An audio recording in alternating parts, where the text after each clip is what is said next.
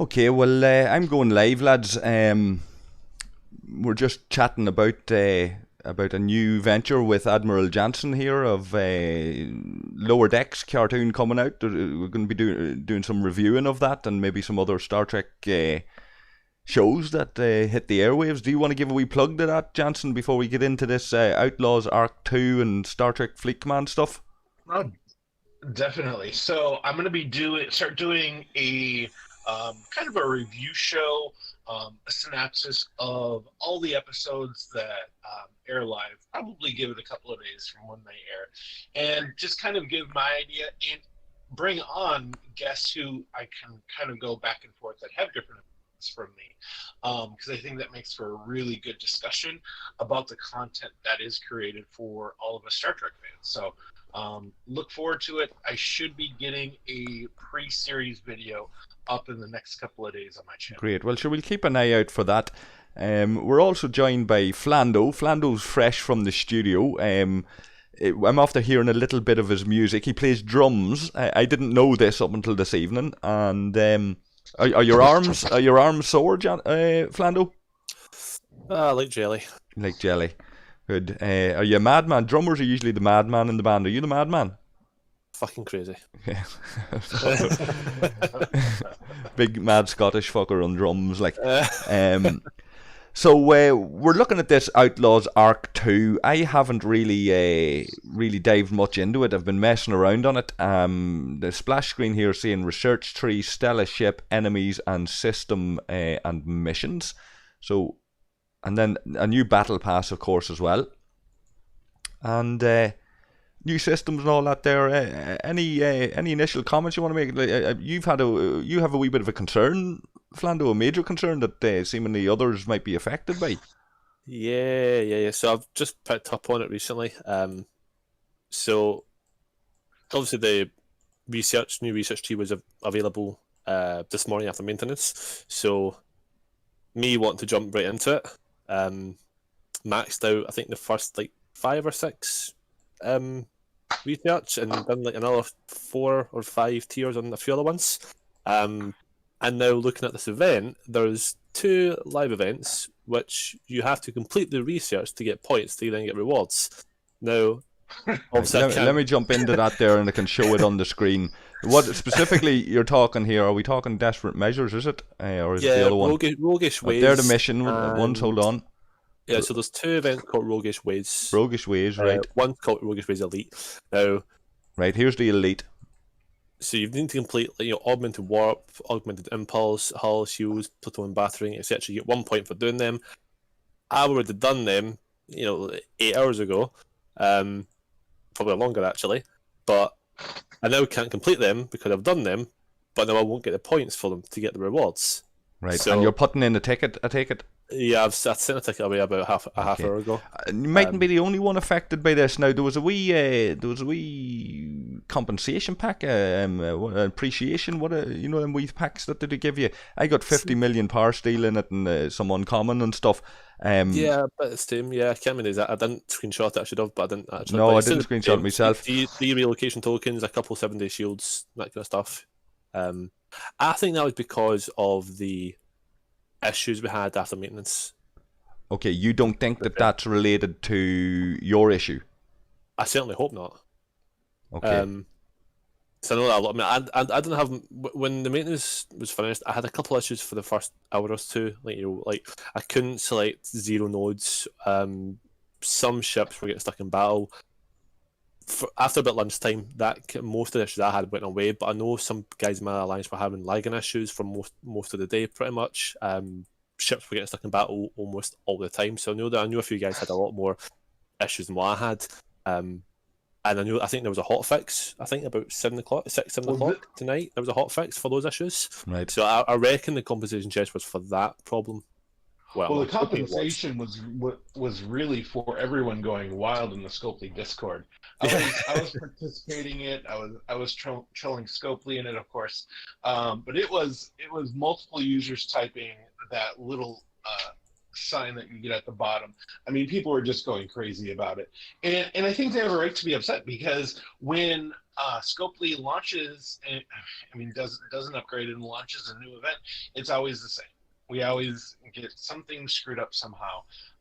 And the gamers were saying we want a compensation pack, and I think that's what they got. So that's a good thing. Okay, I'm just looking at it here, guys. I'm not going to look at every single. See, Heck said earlier on, he put a few screenshots up. He says the lightweight engines are working.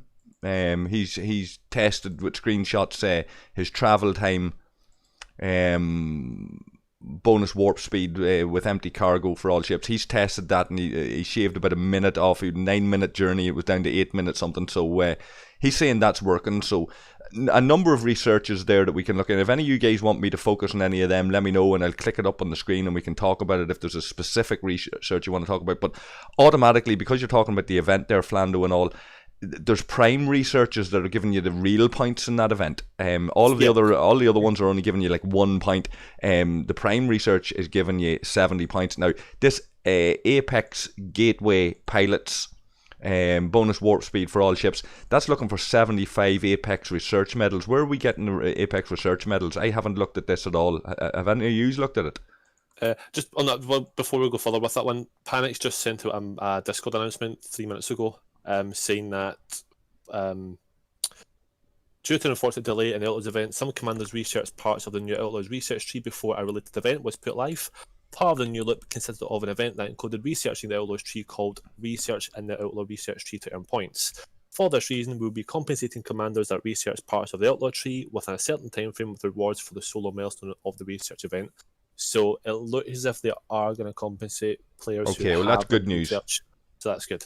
Whew, that's good news. And kudos to Panic for getting the camera out and actually going and doing a Star Trek Fleet Command video. I noticed he had a nice shiny Realta and this new ship, this, what do we call it? What's the name? Stella. So he had a Stella and a Realta on a level 50 account. I would have preferred to have seen him do it with his own account. It would have had a little bit more authenticity. If it was his own actual account. They keep going on about how they all play the game and they all do this, and Panic in his recent video with Keenzer was talking about how in his alliance he does this and that. Why wasn't he showing us this Stella on his own account? You know? Or why hasn't he got somebody who actually plays the game, one of their accounts, and getting them to do the footage for him? If he's not able to, and let him just do the voiceover and shit, you know. But listen, kudos for him for getting the finger out and doing a video, because he's been going on about the content creators and visions that he had for a long time, and now he's gone and done it himself. But anyway, I don't want to digress of that. There's a video knocking about there. Panic gives a bit of a tutorial from his point of view on how this content should be done. So you can go and check that out and leave your comments there for Panic directly, guys.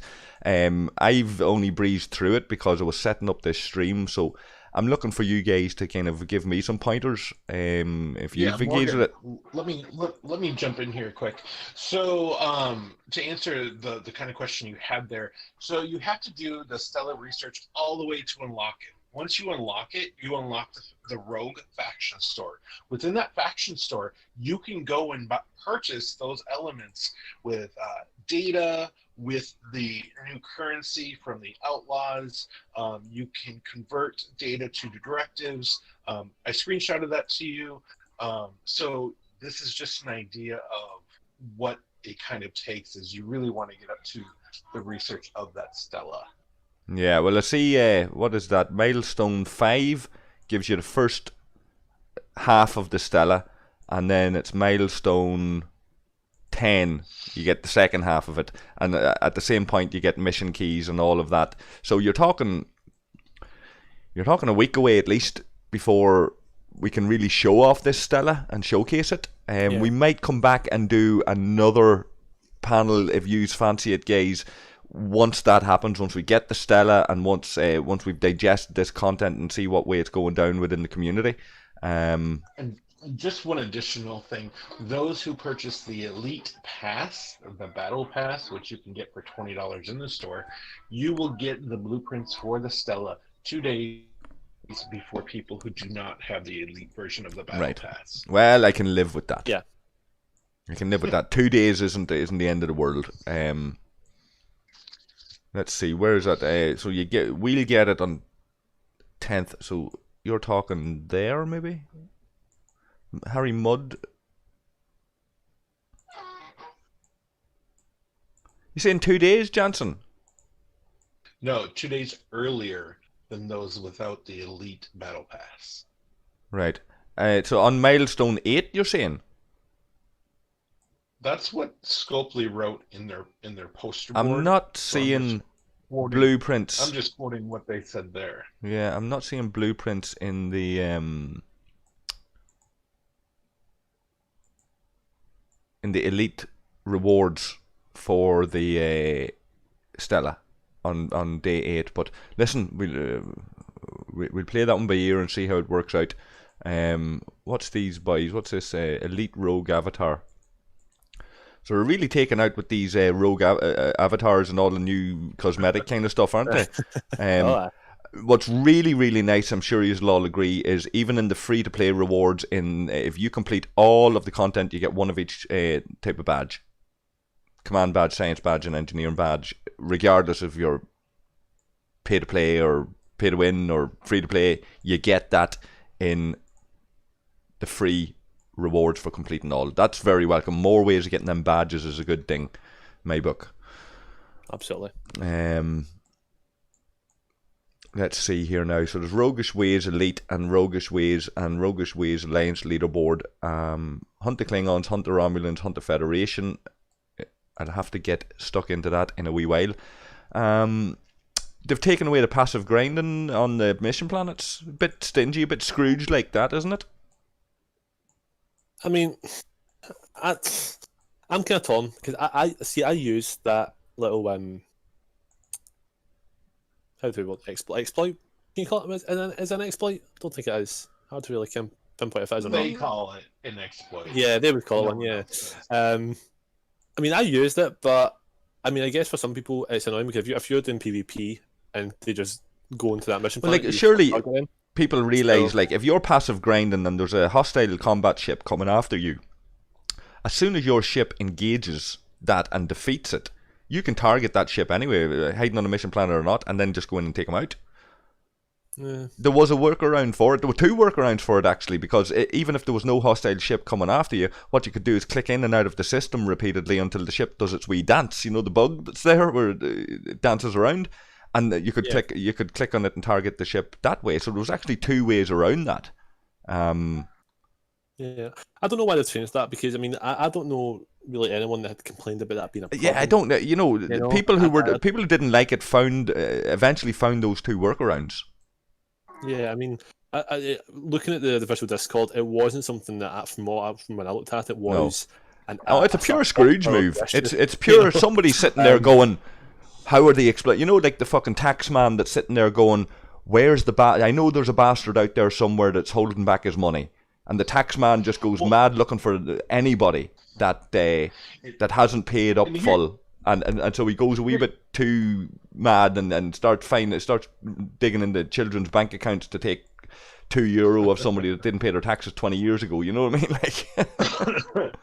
Well, here's the thing that I heard about hiding in a planet is the whales hated it. Because when they were at war with somebody, the people who don't have that much money would be hiding on the mission planets, and they would get so incredibly irritated. But I think it's a strategy. But the point is there as well, Jansen. Anybody that actually plays the game for any specific, any significant amount of time has figured out that there's ways around that. If I'm sitting staring at somebody, I found out ways around that hiding on a mission planet, because there were people there who I was watching, I was targeting them, and I was looking at them. And people targeted me and found ways around that to kill my ships because they were watching my ships and determined to take it out. If you're playing the game, there was a way around it. If anybody's sitting giving out saying, oh, I absolutely can't attack these ships, and you're a whale, well, then maybe you should go and play the game a little bit more, rather than buying your way to the top and expecting it all to be fucking handed to you. You know? Right. That would be what I know for a fact there are plenty of whales who do play the game and they probably know workarounds for that. But if that's the motivation, it's fucking shocking. Anyway, Flando, I wanna ask your advice here. Will I start doing this research now? Do you think? Yeah, he's gone. I want to give a wee shout out to USS Voyager. It's my bad. My mic was muted there. Sorry. Oh, sorry, your grand. USS Voyager saying that he stopped playing Star Trek Fleet Command now. That's a bit disappointing, Voyager. And I don't like to see anybody quitting the game, really. Be sure to tune in to Admiral Jansen's Star Trek reviews on Lower Decks and other content coming like that. Mike is with us. How you doing, Mike? We're on Star Trek Fleet Command here. You were streaming earlier yourself, so shout out to Mike. Check out his content if you get a chance. There's a link to it in the Discord channel. And there's Flando now. I'm only realising Flando is obviously play on the start of your surname. Is that right? Yep, that's the one. Only realise that there now. Anyway, so will I start this research? I'll start this research and start getting it's minimal enough points. It's shitty enough, but outlaw mechanics. Now I tell you what I'm noticing is a lot of G4 materials and stuff needed. Now you were to come back to me on the Apex Research Medal. Give me a wee spiel about that.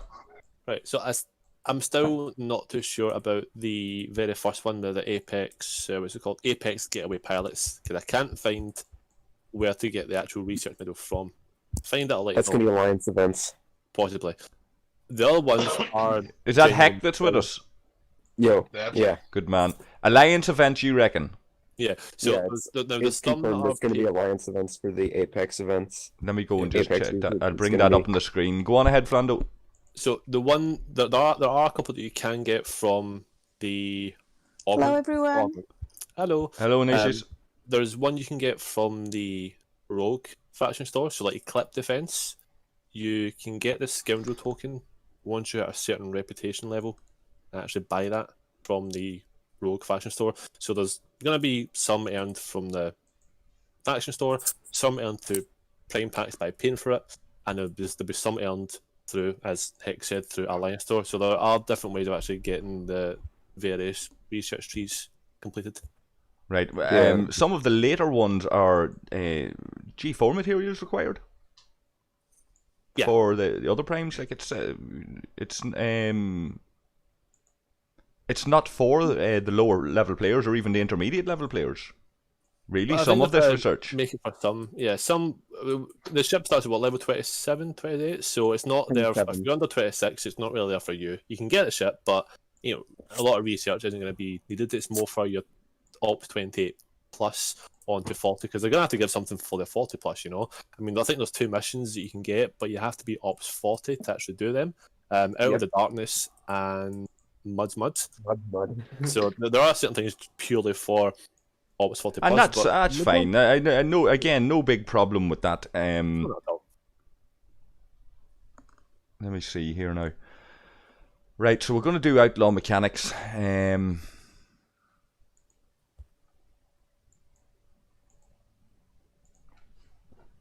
Just want to give a wee mention while I'm waiting on that to speed up there. What way did the poll go on your channel, Heck? You were... Well, so you were asking people earlier... Give us a wee spiel on that. You were asking people something in your Discord channel earlier.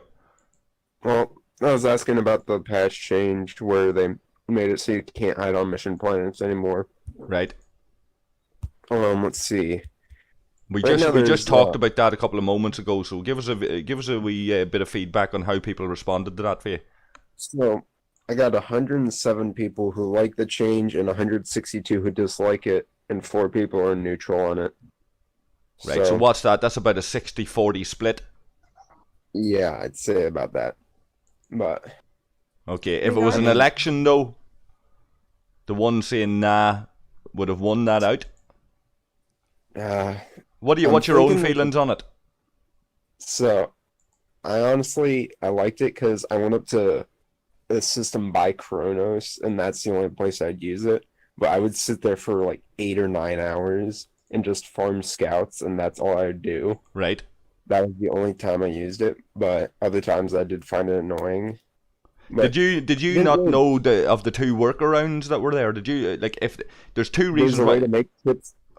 There's a way to make ships dance, if I remember correctly. I Yeah, do there's not that, and if you're being assaulted by if Hostiles. you, by a hostile, when that hostile attacks you, you're able to target that ship. Yeah, honestly, So there's two it's just workarounds for that. yeah. But most of the people I saw calling for the change were the bigger types of players who wanted to farm PD. They wanted to farm what? Who wanted to farm power destroyed numbers. Oh right, okay. Mm. And so we've got a high level player. We've got Inesias here. What's your feeling there, Inesias? You happy they got rid of it? What of the places on the mission planet? Yeah. I don't use them. So For it me, doesn't make no doesn't- difference. Yeah. No. And I've tried that technique of trying to kill it, not when it's attacked by an hostile, but just try to Make it move dance? it around. Yeah, well, I couldn't do anything. Clicking in and out of the system seemingly will trigger at some point. Will trigger it. No. I've must have done 200 times that. Didn't do anything. At least for me. Hmm. So I think it's a myth. Well, I've been Someone targeted. did it I've been once targeted and on. then it shared. I've been targeted on those planets when no hostiles are attacking me. So somebody has got it to work. Mm-hmm. Yeah. That's how I found out about that particular workaround, was because I had a situation where it was like, how did this person get me? They shouldn't have been able to get me. Well, but I think that the person that told me that as well was a person Mm-hmm. and so I guess it was something that ran around your server. Possibly. So that's my theory, because believe me, I've tried so many times from all different angles. Yeah, well, I can confirm for a fact that if somebody's passive grinding and they're taking, like, I've had situations where I've been out passive grind, somebody else has been out passive grind, ship on the same planet, they see your explorer, somebody's killed the explorer that was, the hostile that's attacking them, somebody's killed that. That's possible. They see yours. And they attack yours, and therefore the hostiles are then coming after them, and there's none coming after you. So I've had to target them and take their ship out if they persist in taking my hostiles, basically. Yes. Yeah. Well, I think it's good for, like, for example, at wars, when you know that the enemy team grinds in that system a lot. So what I've done, and I would put one ship of mine in those missions planets, and so I couldn't be attacked, and I was just waiting for them there, so they wouldn't send, because they knew I would kill them. So it's useful for maybe strategies of some kind, which is nice. I also thought that not being able to target was actually a better way to have strategy, because now it's just, no matter what, you're able to be killed unless you're in your base. Yeah, and let's be fair, Yeah. Romulans and Klingons should have fucking cloaking devices at this stage. Do They, they like, if you're have gonna, in Star Trek? yeah, right, like Romulans and Klingons in Star Trek are well known to be able to put up a cloaking device. They can't fire weapons usually. Now, and depending on what timeline you're watching and where you're watching it and what, all of that, generally speaking, the rule always was that they can't fire weapons when they're shielded, but then you can't target them or see them if they're shielded. The Federation didn't do that so much. Yeah, I remember Taylor or Admiral Jansen talking about it. The cloak, remember? It was Yeah. Our first panel. We talked about it. I think it's an easy mechanic to add into the game, for whatever reason. I mean, I think one of the things they're thinking about with that, if they're thinking about it, is how to offset that offensive ability with the Federation. What could they add to the Federation? It's very simple, ships Jansen. to You give us offset another the rock, cloak? paper, scissors triangle.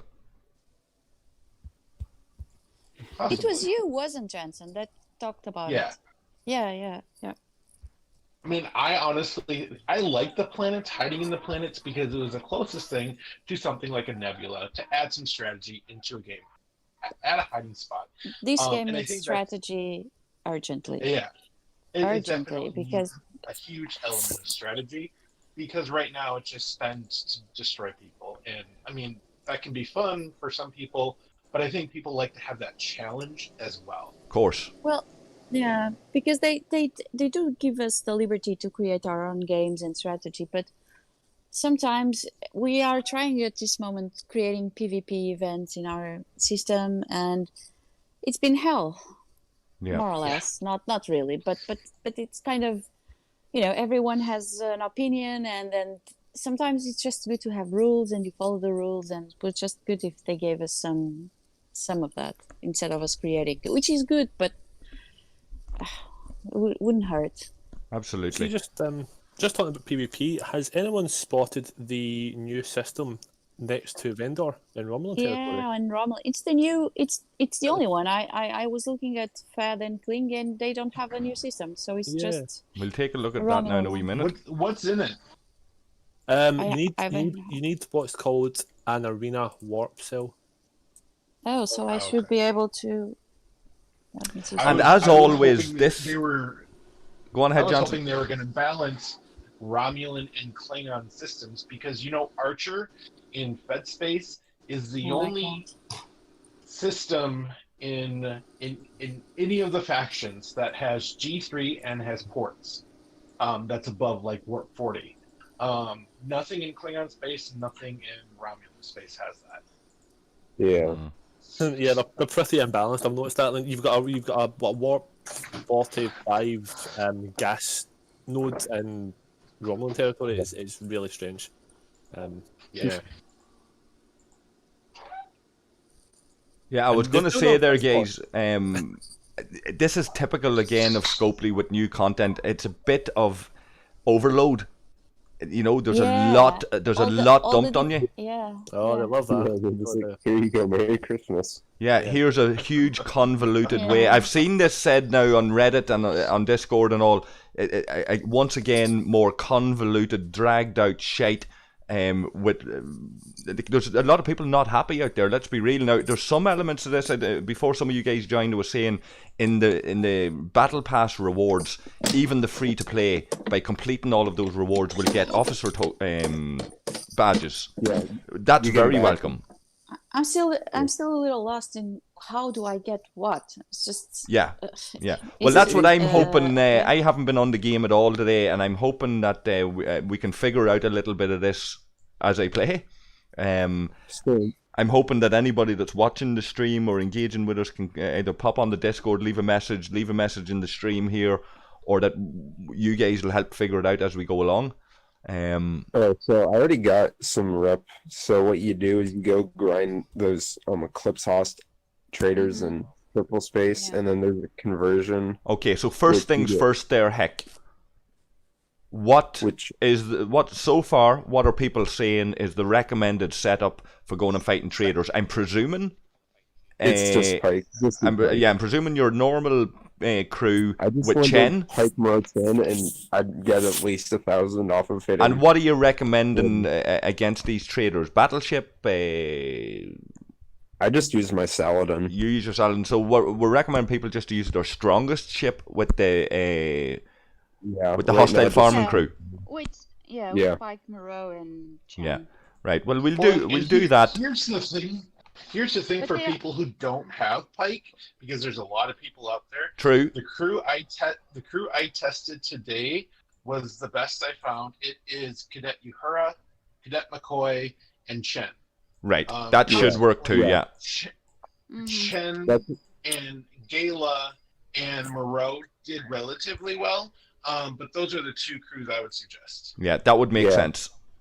I used the Cadet Uhura crew for swarm farming until I got Pike. Yeah, it's the crew to have. It's your secondary farming crew. But Yeah.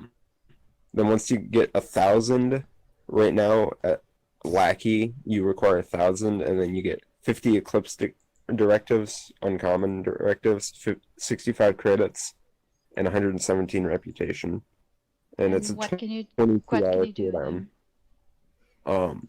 So I really haven't paid attention, but credits, I went and bought a Lackey token, which you use for some research, which I have not found which research requires that token yet in the Anarchist Outlaw weaponry.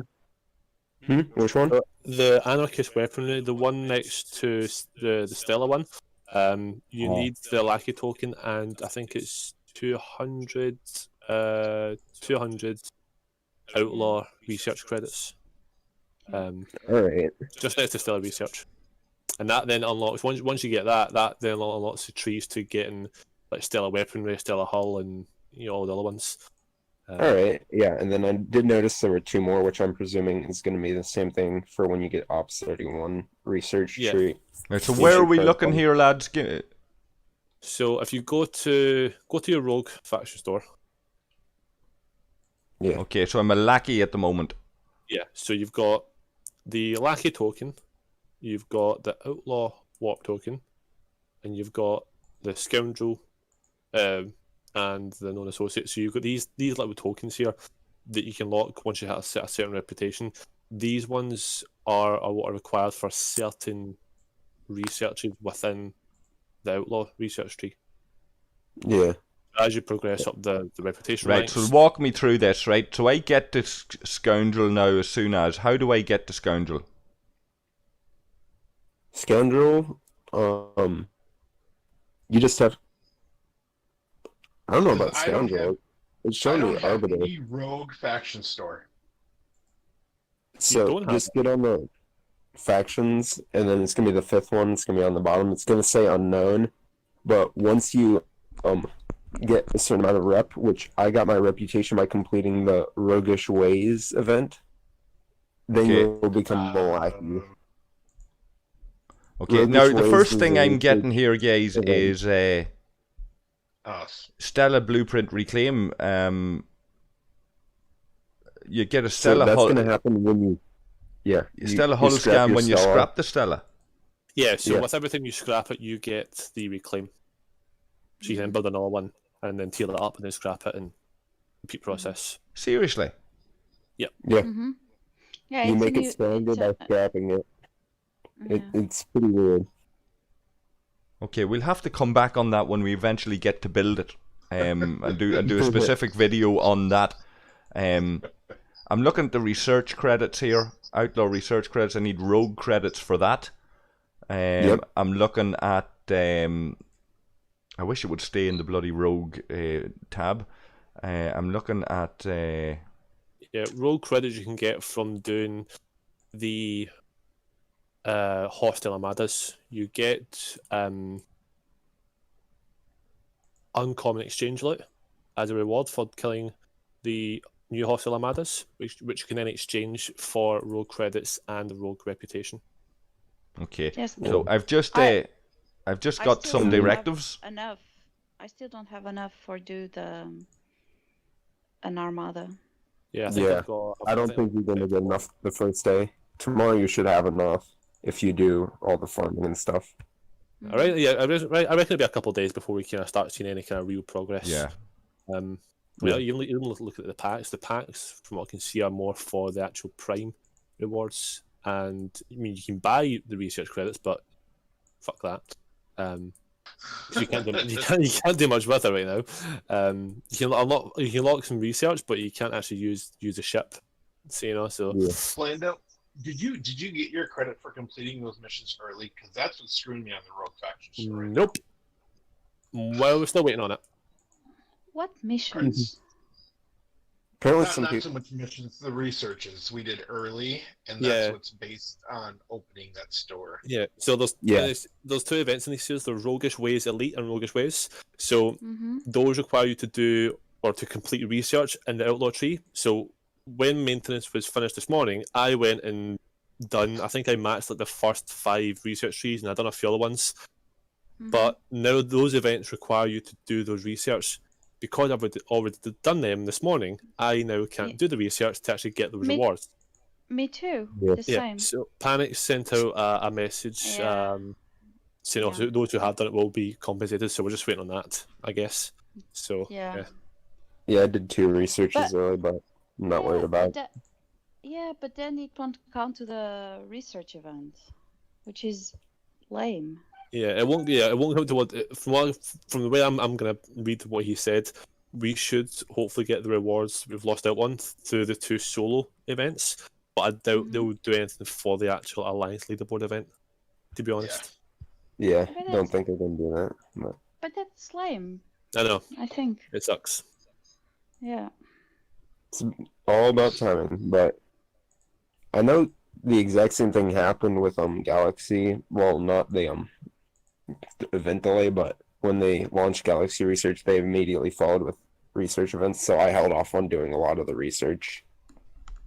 So funny enough, they launched research around the same time of year. Here.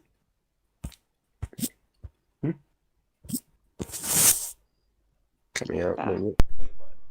You all right? Thought I got cut out. All right. I'm just running through a bit of my refining gaze, uncovering the last of the systems that I haven't uncovered. One of the things that they touched upon in the bug fixes is they mentioned about the Pike and Moreau synergy group. They said that let me go in and check that they fixed it now. Seemingly, What? there was an issue with I never knew of an issue. right. So there was seemingly an issue before. I'd heard talk about an issue with if you tried full synergy with them, there was abilities that didn't kick in essentially, right? Yeah. Right. There would be. Let's see. What It'd did be they the say stuff that about it here? wasn't Hold on. combat. It was like warp research, or like Cadet Scotty, and other stuff like that. It said it worked with Pike, but it didn't. So they're saying we fixed an issue with the synergy group shakedown crews, causing ships to become non-functional in battle. Pike, Moreau, and Leslie. Right? Does that mean that, like, it wasn't the Leslie issue? I don't think I was hearing. I was just hearing about how a full synergy wasn't working for them. I'm wondering, is that synergy group fixed now? Has anybody heard anything on that? Has this been overshadowed by all of the other stuff? Yeah. Yeah, it's just been overshadowed. Well, what I've I done don't is even I've look put at it. Hadley. Hadley's part of that group. Often forgotten about officer that improves warp range. Most people, warp speed, sorry. Most people when they're messing about warp speed are putting like Demetia and Helvia on the bridge and getting their extra warp speed that way. You can't get Hadley. That's why no one really messes with them, because only Yeah, a I few don't- people I- have them. Yeah, I don't have him. Right. So what he's doing for me, if I just look at this, is Wait, what's Hadley doing? I've got Hadley. What is he Hadley useful now? increases the warp speed. So what I'm getting with Pike and Moreau, he has to be captain, but what I'm getting with Pike and Moreau as a full synergy group is I'm getting a 45% warp speed boost All right, okay. with full synergy. Right, that's I haven't done huge comparisons on it, but this is what I've been doing with my Centurion just to unlock these systems and scoot around fast. And that's why I'm not out farming these hostiles at the moment until I get this ship home and change it to. I'm going to use the auger, obviously, like, and that's going to be what I'm going to farm this with. See how that Is goes. that faster though than using Hadley with Helvia and Demetia without any cargo though? It might not be faster. The problem with it is if you're out and you get hit or you hit something or do any of that kind of thing, Yeah, true. their abilities then stop. This is an all-round ability there, but then you're not going to probably be farming with this either. You know what I mean? I have a question. What's up? Regarding they said that they fixed something with the G4 ships regarding base attacks that they weren't critting, and now Oh they yeah, are. once go over 45, you can run into a glitch where all critical hits would deal 0 damage. Right. Oh. Yeah, And yeah. It was a big shout out to Taz. Taz, first person ever. Sorry, Taz after donating 10 quid to me in the chat. So fair fucks to Taz. He's officially the #1 super fan. All you fuckers can go home now. Taz is #1. Kelly, fuck you, Alright. Well, and then I'm the now other going to be one Taz's bitch.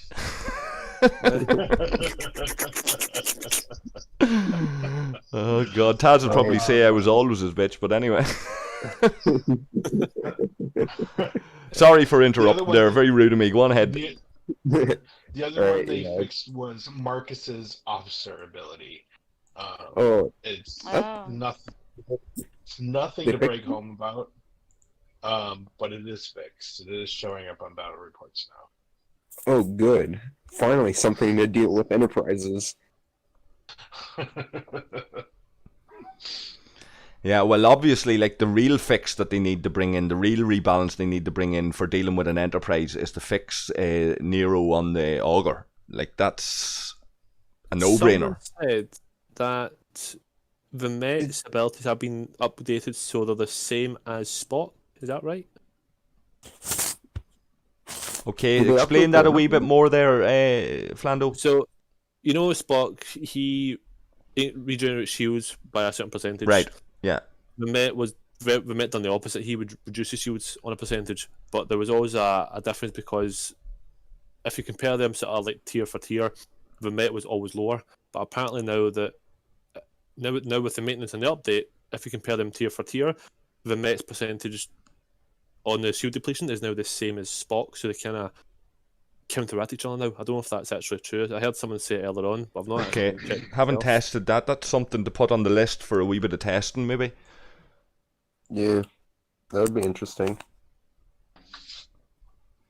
Enterprise is ridiculous. Yeah, That I think ship there's is a lot of on- people there, like myself, there that I don't know. It feels taboo now to put Vimet on the bridge Yeah. ship. You know, He was always the bug officer. Yeah, you just know? don't If do- if you wanna don't- die just don't do twice, it. Put him on. Yeah. you know, and it's probably habit now. He's probably safe enough, you know. But I've seen people using them then, you know, in these PvP, go down into the boss systems and let Yeah. people. I've seen Vimet being used there to good effect.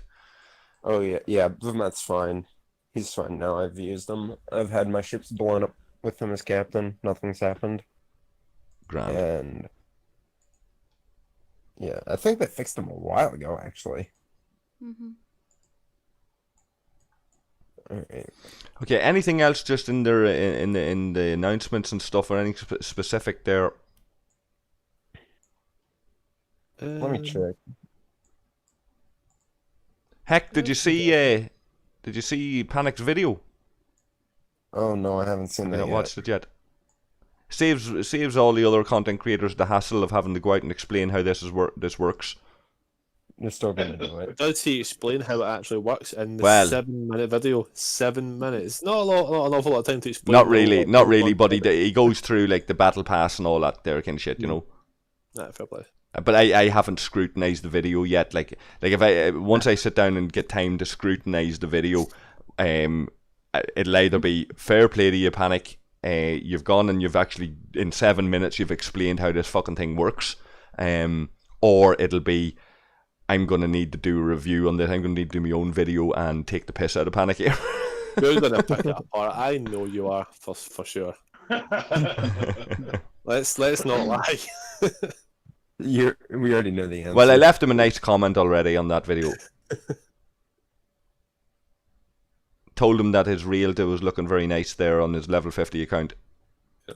Someone said they should release a hijacked realtor. I am all for that. To be honest, I think that'd be Make that a full-size fantastic. ship. Hijack realtor that you can upgrade it a little bit stronger than the average realtor. Yeah, That might be exactly. nice.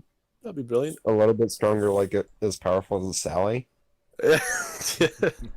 No, but like, listen, it's an explorer, isn't it? We've lost it. Like the Vidar is a good staple, free to play option if you were around at the right time, as an interceptor. going forward into your level 20s, hitting level 30, that kind of thing, right? And beyond maybe, but like certainly in that region, like where a lot of people hit a paywall, a lot of people can't go any further. They give up on the game. Vidar is a really, really good option as an interceptor there while you're waiting to get your Saladin, right? The Mayflower didn't do the same thing. The Mayflower wasn't very strong. The Franklin didn't do the same thing. Franklin's at 17. Yeah, you just but Morgan, you bring up a really good point, because the Stella starting power for me is only 30k off from the Legionary, and they're both battleships. So I'm really curious to see if it's going to perform. And we had said this in the previous video, guys. We had said they brought out an Explorer, they brought out a fucking an Interceptor. Now are they going to bring out a battleship? And will it be an all-rounder like the Vidar? No, it won't. That was answered in the Q&A. As they have took a step back, it is more or less a one-trick pony. Someone did ask it, and they did. I'll try and find it, but they did. Panic did answer that question in the Q&A. Right. So, so we're seriously lacking for the same option as the Vidar for free-to-play players in their 20s, trying to progress, waiting to get their first faction ships, all of that. We're seriously lacking for that kind of ship. So would augment, especially with augments getting all the attention that it's getting now, would an augmented Realta not be a nice explorer option for that to, upgrade it a wee bit so that it can be a nice all-rounder until you get the Mayflower, Like, I suppose the first jellyfish is supposed to be that, I guess, but it's quite redundant at level 20, 21, 22, it's like... Jellyfish you can take to like 22, but 24 when you get the Kumari. Right. That's what carried me all the way. Here's the suggestion, an augmented Realta that is relevant at level 21. You can get a level 21 and starts to become irrelevant once you hit level 27. 28. Well, I mean, that brings up a really good point, though, with how fast they're pushing players up, because the rewards are increasing dramatically, and now the Stella, you need a level 27 ship, so you're very close to that level 28 part. I mean, really, are those level 26 ships worth the investment of the uncommons? No, they aren't. 26s aren't worth it. Saladin? Just go for the Saladins. 28 ships are way better. Oh, no question. Saladin is your go-to ship. And I was thinking about doing a video of, like, my 5 favourite ships, Star Trek Fleet Command, and I think the Realta would have to feature. But certainly, like, the Saladin has to be in anybody's top 5. Saladin is one of the best ships. I've seen people use that until 38. If you've got a max Saladin... you're taking out my tier 5 Augur, no problem. Yeah, there's a dude on my server. The other question there about the Stella, by the way. Is the Stella only good for new hostiles? Can it be used for everything else like the Vidar? And his answer was mostly for new hostiles. Well, it does look like it can handle regular hostiles, just looking at the power and stats with it. So I think that's more of like we're going to have to find out. Well, that's another thing to put on the list for a bit of testing then. Who's writing this down? Who's got the pen and paper? Oh, now you tell us. Yeah. You are recording. Go buy a pen and paper. Right, so who's going to go back and review this video and jot down all the notes as to what needs to be tested? How's about you want to go watch another 2 hours? With that $10 that Taz gave you? How about that? How about I do a what with that $10? Buy a pen and a notepad. I have a pen and a fucking notepad, excuse me. That $10 from Taz is going on alcohol or something. I've been waiting on like, he's a tight fucker, like he wouldn't buy you a drink normally, like, but he's bought me 2 pints there, you must say, so that's alright. 2 pints? Where do you drink? Well, it costs you $5. Fucking drink, €5. Drink isn't fucking cheap. If you go out, you'll get probably fucking 6 or 8 cans for that, like. Alright. Okay, I'm calling Oh, home wow. the Centurion. I'm going to gear up the Augur with the hostile crew. I'm going to go down and hit these ships. I'm going to take a quick break as well. You guys amuse yourselves while I'm away for a couple of minutes, but I wouldn't mind a suggestion or two. What systems should I first go down to and check this out with Tier 5 Augur? If you're using Oh, Augur, go you can straight easily to go the to level 40s. 34 one. Yeah. Easily. What level? The level 34 one, what's it called? Peckinpah? Peckinpah? Pick and pie. The 40 system. Level Peckinpah? 34. Yeah, it's the in the rogue faction space. It's the one on the furthest to the left. Yeah, you easily get about 3k loot in a ship with a tier 5 auger. Easy. Let me see. I have here some.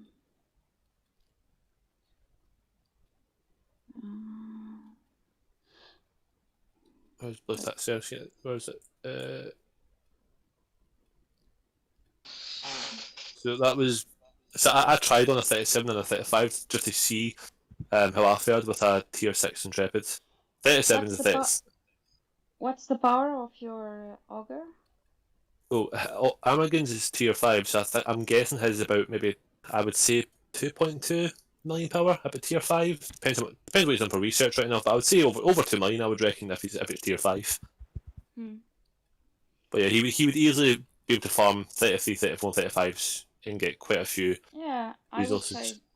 I would say. He probably could 36. manage. He probably could, Yeah. but depends how much he's going to get, right enough.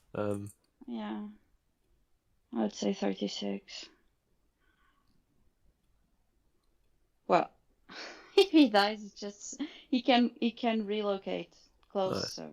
Ah, Wow. you'll get if you tier 5 auger. You probably get if he's going for if he has 37s, I reckon he would get maybe 4 or 5 kills, which is about 3k anyway. So so yeah, fair enough. Either way. Because This Stella, it's got a lot of warp range on it. I know base range It starts at 33. Yeah, and its The warp speed is protection almost. too, I'm curious about. yeah. I don't think it's gonna be a faction ship. Nah, I mean, it would just be like a normal like Franklin or the Darts. I'm just worried people are going to turn it into another freaking mining ship. Oh god. Its That's cargo's a problem. 10k and it's got 3k protection on it. So Yeah, that'll get ruled out easily on our server if that happens. I mean, it didn't take long for the Vidar to get kind of banned on nodes in our server. It didn't take long at all. So if that's the same with the Stella, the same will happen with that one. you have people mining with warships. No, we have people holding nodes with Vidar. Well, they did when it first came out, and then we kind of. We still have botany bays on nodes. We have every freaking ship you can think of on a node. Yeah, botany bays, Vidars. If that's on a node, it's getting hit. Most alliances in our server will kind of agree to that. You know, you very, very rarely we actually see one on a node nowadays, to be honest. But yeah, if they try to do the same to Stella, that'll just get put into the same category as Vidar and Botany Bay, if it does. I can't see it not, but you know people, they'll try and get away with it if they can. Yeah, I'm wondering what the max warp is going to be for the Stella. Curious. I mean, it may have a high base rate, it might only go up +1 or +2 per tier, that's the thing. Which is still pretty high. I mean, even if it goes up +1 per tier, that's at least 9 warp. It's going to at least warp 40. Yeah. But it's immediately starting higher than What's the warp range of the 40 level system? Just checking that just now. Yeah, it's starting with the exact same warp range as the 32 ship. So you what type of that? So it could be going up high to like 70, or it could just be something. What is it? Oh yeah. So if we change that, what are you?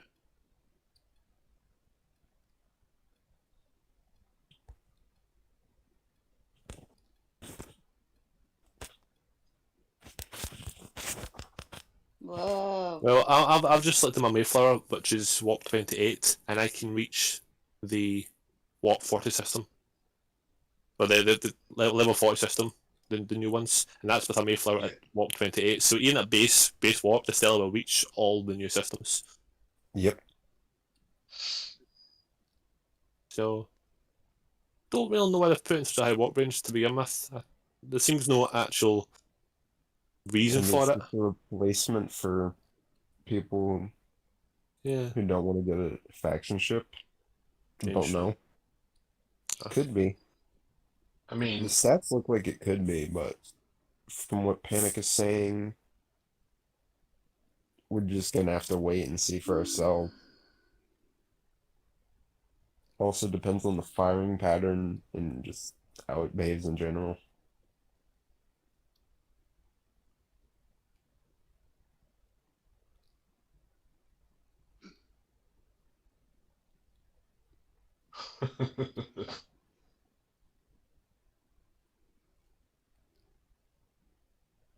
Oh, so just realized, so the first mission, for the event store, it's actually on the far right, rather than at the left. I didn't notice that. That happens a lot, actually. Have you noticed that? Like, a lot of new, like, anything in the event store usually in the last few months, the kind of first sort of tier for whichever one to do is always in the very far right of the interface. Bit of a pain.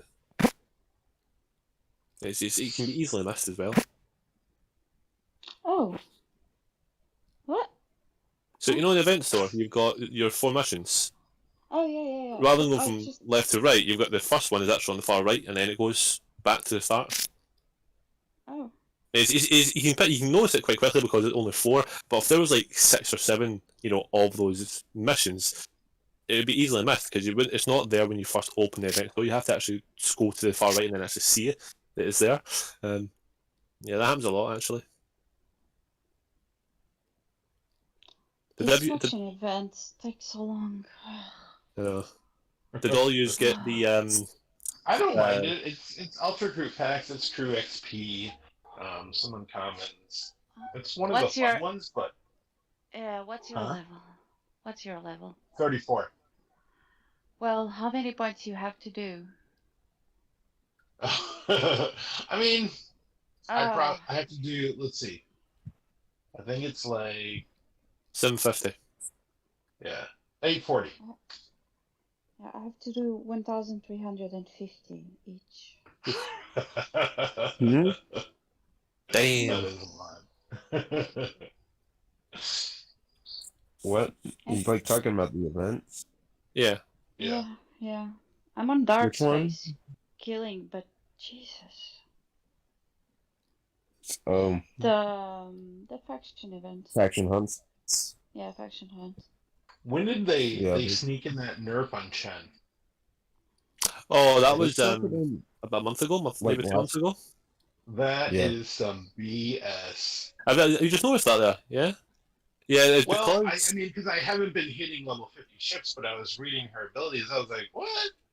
What is Yeah. this? I know. I think it was I can't remember the event, but it's the one where I think it's actually Crucible actually, where you can kill like a level 50 or level 50 trader Level and get like 55. 500,000 points. Yeah, 55. Sorry, and get like 500,000 points. So I think they And we- changed it so that the waves couldn't do that, but they can still do it anyway.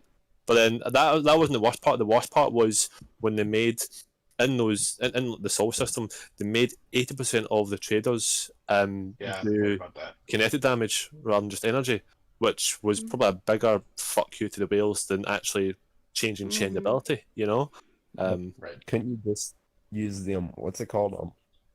Can you just use Talon instead, or is it? Talan doesn't Yes, work she as doesn't. well as chain. Yeah. There's quite Yeah. a significant difference actually, even with I- taking row. I can kill like, let me see, and 15 with Chen and not even one with Tilon. I need 2 attacks to everyone, and my ship is 8 million, so What are we talking about here, Inesias? What ship are you? Is that the Black Jelly? We're talking about the. No, it's Yeah. a level 50 soul traders. Oh right, okay, them high level hostiles, right? Or 60. Can I steer you back to this this new rogue faction, and where you're recommending for me to take this augur? Oh, take to 36. In the exchange systems or in Up there. Exchange. up at the exchange systems up here to exchange Carpinin? I don't know the name by heart, but if it's a level 36, a system 36, yes. Okay. And what? I'll easily kill these. I'll be able to farm these, or I'll only get a few kills out of them, or what? Yeah. My If you check 1.3 Saladin can take 35s and multiple of them. So. Yeah. See, check your Discord. I'm gonna I've posted a screenshot of my Intrepid. I was looking at that there a wee second ago. All right, yeah. I mean, that's a tier 6 Intrepid, so a tier 5 Augur should do far better than a tier 6 Intrepid. Well, let's see. Yeah. I reckon you get about 4 or 5 kills at least on level 37. Okay. I want to, while I'm waiting on that ship to travel, I want to jump back into the bug fixes that they're talking about here. There was something that I skipped over because it wasn't really relevant to me. It was for like level 42 plus. Yes. Fixed an issue with the upgrade inconsistency of the level 42 dry dock. Is that something you experienced, Inesias? Inconsistent with? Sorry? They're saying they fixed an issue with the upgrade inconsistency of the level 42 dry dock. Oh, to upgrade them? No. No, I don't know what you're talking about. So that's not something that you, at level 42, experienced then? I don't remember, but I don't think so. Okay. So maybe not that significant a bug fix then, really. We'd really like to have seen a bit more rebalancing, I suppose, instead. But anyway, let me take this old ship, this Saladin, home as well. I might be able to stick on a farming crew onto that and see how it does. I'm wondering, should I go with the Gorkin, Kerla, Harrison? No cadets. Definitely not. No, Pike, Moreau, and Chen. No, I'm going to go Pike, Moreau, and Chen on the augur. Amorgin? When will you learn? Yeah. Yeah. I'm talking about freeing up the Sally here and being able to do something with that. I guess I could go out. I could put the cadet crew on it, but listen, on the Saladin, the Gorkin, Kerla, and Harrison crew works for farming hostiles. There's just no two ways about it. Like it works fine for me farming battleships. I might send it out to do this hunt the Klingons or hunt the Romulans level 36 system. Bear in mind that the level 37 exchange transport is 9.2 million power. So Pike Moreau Chen is quite. They have very low attack. Yeah, so having the Pike combo. But the one thing I noticed is they crit like crazy. Yeah. Well, let's just check out their stats then. Pike Chen. If I can get it. Pike Chen Moreau. Okay. PMC. I want to test this Saladin with Gorkin crew and then test it with the Uhura. Oh, so No, you see, I can't fucking duplicate Chen. Different officers at the same time.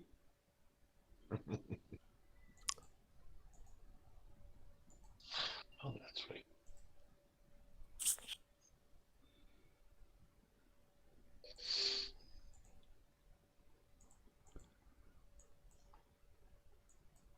Where's Harrison hiding?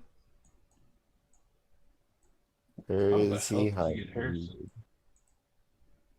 Give me Harrison. One of the lucky few. Never. I was gonna say I'll not choose even you that Hadley, but you've got Hadley already, so fuck. Are they not even a afraid of bad Harrison breaking the game? I don't think Is at that this why they're point not now it would releasing be him? as broken. You know, I mean, I think it's a myth now. They just really yeah. stubborn. After the flip rebalance, he didn't get his power. He lost his power because Yeah. you can't I one reckon shot we can bring him out there, it'd be fine. Yeah. I mean, back then when it first came out, then yeah, fair enough. But I think now with all the different officers, crews you can use nowadays, and just the ship combinations, I don't think Harrison would be broken any longer, or sort of OP is the way it was previously. What does everyone think of Mud based on his abilities? I haven't even got him yet. I have no idea. No one has him yet. I'm just curious about him myself. Oh no, some people I have have. him because they had the recruit mud I event. have. You have him, You have him? Inesias? Yeah, on tier 2. Almost tier 3. And do you like him? Have you used him on Armadas much? I used it once, and I found out I do better with my other crew. Right. So So he could be one of these that has to be like Spock. He has to be like up to a high level before he actually, or like the Yes. anti-faction Well- crews. well, I hope so.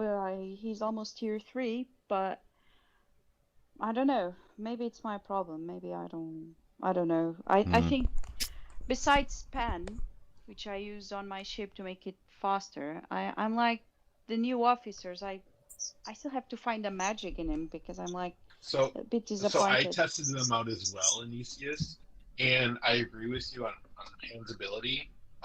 That speed is awesome, but other than that, there's too many if chances, is what I call it with those officers. You have to have something happen, and then they work, and Yeah. it's so hard to get all of those things to happen. at the Have same any of you tried Pan with full synergy on a Realta? Oh. That Rialta will fly.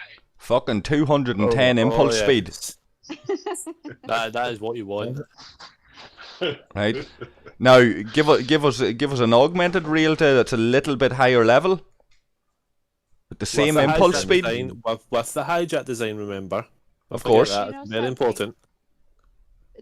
My Oh. jelly with Pan, when the jelly is walking, it doesn't walk, how I say, it brags a little bit. It breaks a little bit, like it doesn't make a continuous line, because I think it's too fast for the jelly, so it breaks a little bit. The frames, they break a little bit, which is interesting. Alrighty, so I looked at the transports and they have a 20% crit chance, which is higher than the usual, which is 12%, and they do 200% crit damage. Yeah. What's That's why that Galen fire was part on them? actually Let me working know. out really well. Does anyone It's know like- the actual firing pattern of the transports? Let me think- see. I think it was just one shot per round, if I remember correctly. I was farming this morning. Might also vary by level. Yeah, true. I'm just thinking, although they might not do a lot of damage, if they're going to pop off a lot of shots, then that 20% crit chance is dangerous. If they're going to And shoot a lot. I did test I- Theseus and Con, because you're going for those higher ones, you're going like 72 rounds. And you get less rounds in and you survive, but you have so much less health. Yeah.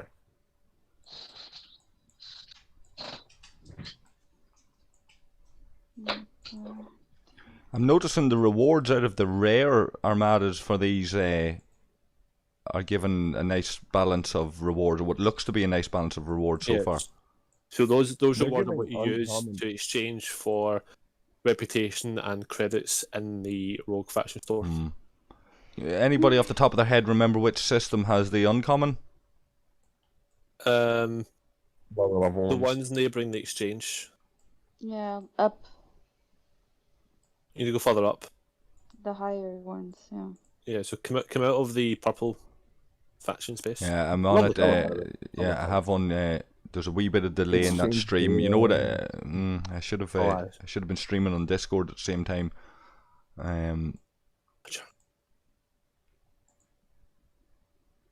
Okay.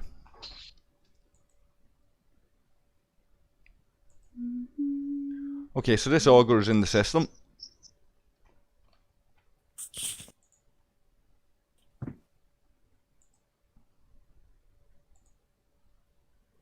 714 of those security codes per kill.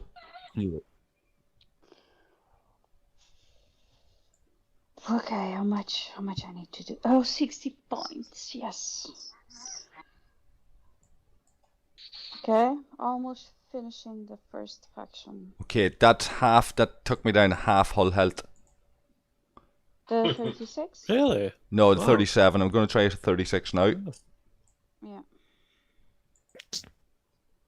I'm almost more done with damage the- than what I thought. I thought we were going to get at least four or five of them. Wow. Yeah, a 1.4 Sally takes 1. So I Okay. would imagine. I probably get Yeah. about 5 kills, Yeah. 6 36. kills maybe with this auger on the level 36s. What In probably total. better doing then? To say I was travelling from one of the relocation systems in Rogue's territory is just farming and pick and path. Yeah. That gives you level 35, 34 and 33s. So you should be alright with that. Mm. Mm-hmm. Well, I'm sending the Sally as well to the level 28 With a horror? Exchange Central. With a horror? No, Gorkin, Caroline, Harrison. Oh, yeah.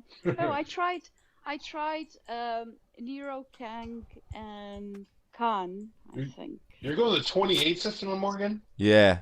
Well, just with the Saladin and Gorkin, Kerla and Harrison. They're not even going to touch you. You reckon I need to go higher? Well, we can go a little bit higher after we do that. How much Yeah, is your that's the base salary? level. Baby level. Sorry, How Inesias, much what were you is saying? How much is your salary? Oh, Sally's practically maxed. It's 1.36 million tier 8. It's So- nearly there. With So the tier eight. 1.6 with Pike, you can take 136. So, yeah, 28, I think it's a little bit low. Yeah. I reckon pick and path is a sweet spot for you with your ships.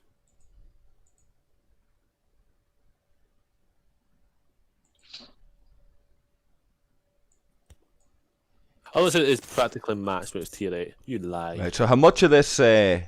Aquilus nearly there, you know. How much is this... how much Eclipse security codes do I need? You need 1,000. 1,000. You get that. You've got that already. I've got that already, yeah.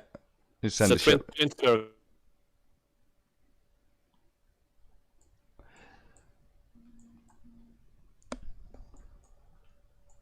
Let me see now. Yeah. It makes sense. Mm-hmm. Okay, so that destroyed it.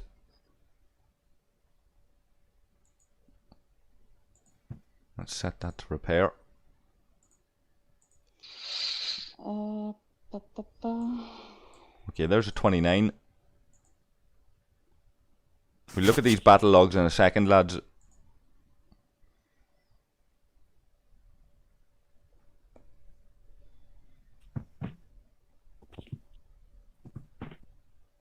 Right, hardly a scratch on that Sally. What, it go to a 32 or will it go to a 34? With your Sally or your other? Sally. Go to 32. Okay, so let's travel and we look at the battle logs. The level 29 transport, as we expected, minimal damage, many rounds, 16 rounds. So arguably Decius is a runner there. DCS and Con. Arguably, yeah, can. Arguably, rare bones. Yeah. I used Nero, Kang, and Khan with Valdor on level 40s, and I was able to kill a few. So without Pike, Maru, or Chen. So, Morgan, I tried McCoy, I tried Decius, I tried Khan, tried the hostile crews, tried everyone I could think of today when I was working. No one works as good as Uhura, the Cadet Bones, and Chen, and that other close proximity is Chen. Because Cadet her reduces Gila, and damage. Moreau. Yeah. So you gotta have some. you just use the cadets, and instead of Chin, you put someone else in there to replace her, 'cause 62 she's fucking like, rounds on the level 35. I swapped Chen with the cadets for a couple different, and no one came close to being able to match Chen's defensive abilities. So Chen is crucial against those, with her decreasing phaser fire.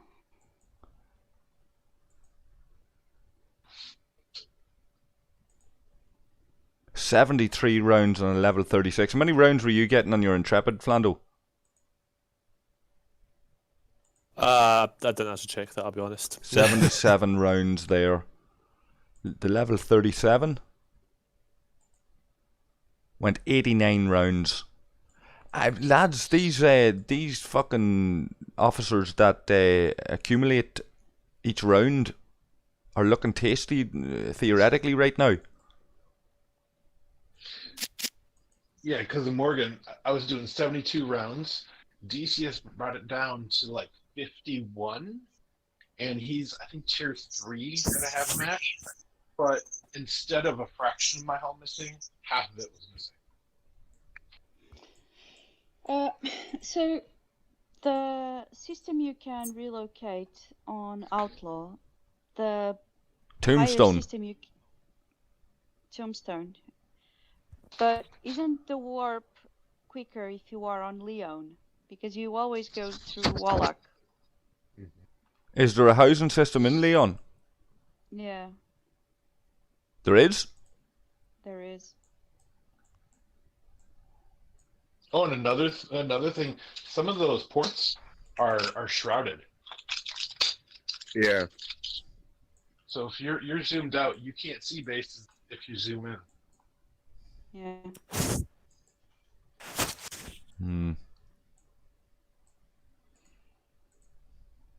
Okay, I'm going to kill level 40s. Okay, that's easily handling the 30s, 32, 33s, that's Sally.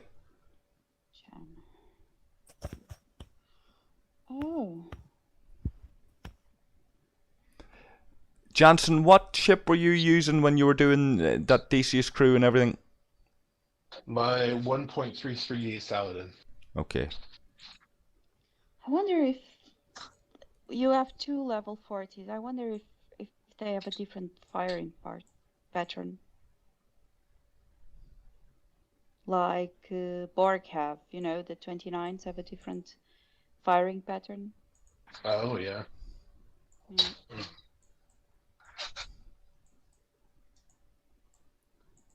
Let's try both.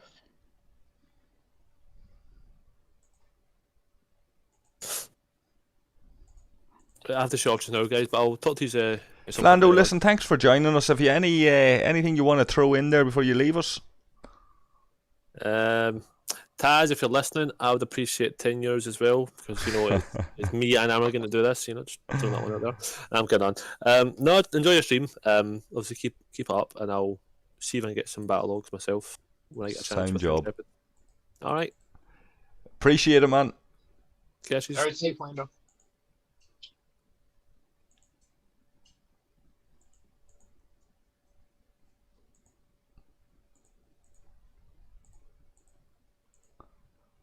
Okay.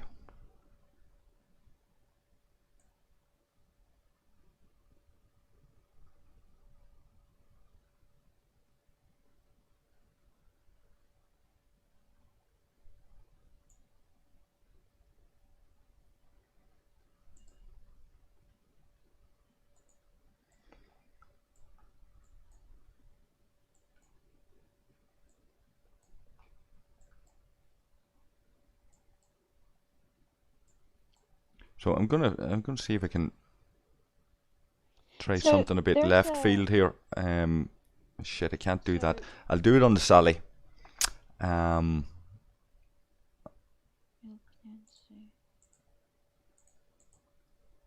So the number of Eclipse security codes that you get from killing hostiles, at least at level 40, they have a difference of 100 between each other. Not much, but Yeah, like the Borg probes. yeah.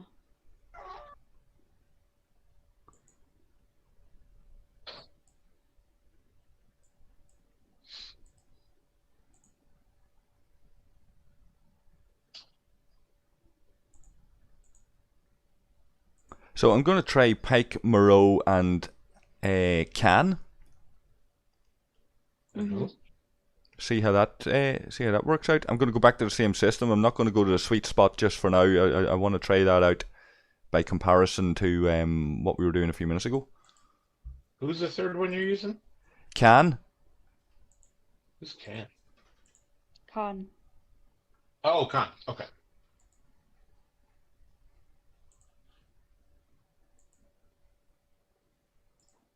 Well, I just got into my damn rogue faction store for researches. That's been through them. And I'm going to change the Sally crew when she is destroyed as well. I'm going to try Bones and Decius and Chen maybe. See how that works. So that Stella hull scan, is that a research? Or is that only purchasable? Oh, acquired by scrapping the Stella. So you can... Mhm. Okay, I'm after getting a splash screen for Roguish Ways, a solo burst leaderboard. Compete against other players for every day for 3 intense hours of R&D. Any completed research will count longer. More advanced research will grant more points. Starting 8 AM ACT, 3 PM JPT KST. 8th, 10th and 12th, 9th, 11th and 13th. Burst events twice a day by the looks of it. I like burst events. I'm asking for burst events for. I don't know what they finished with the burst events. They were amazing. The raid burst events were the best thing that Scopely has done in in the past, and especially because they weren't on fixed time, so it was like a surprise every time you had a burst event. Yeah. It was like, oh, is anyone online? And all the alliance had to actually. Yeah, You it know, engages sometimes you they more. were- Yeah. Yeah, it does. And sometimes they were like at 2 a.m. in the morning, and you were like, fuck, no one is online. And you were like, love them. Okay, so what do So I that's need to weird. do with these things I'm after farming, guys? So when you get to base, you will see the number you have, and it will give you rep, right? Yeah, Jansen. Let's do it. Yeah. Yeah. So basically, what I just did in Morgan is I went through the Roguish Ways event.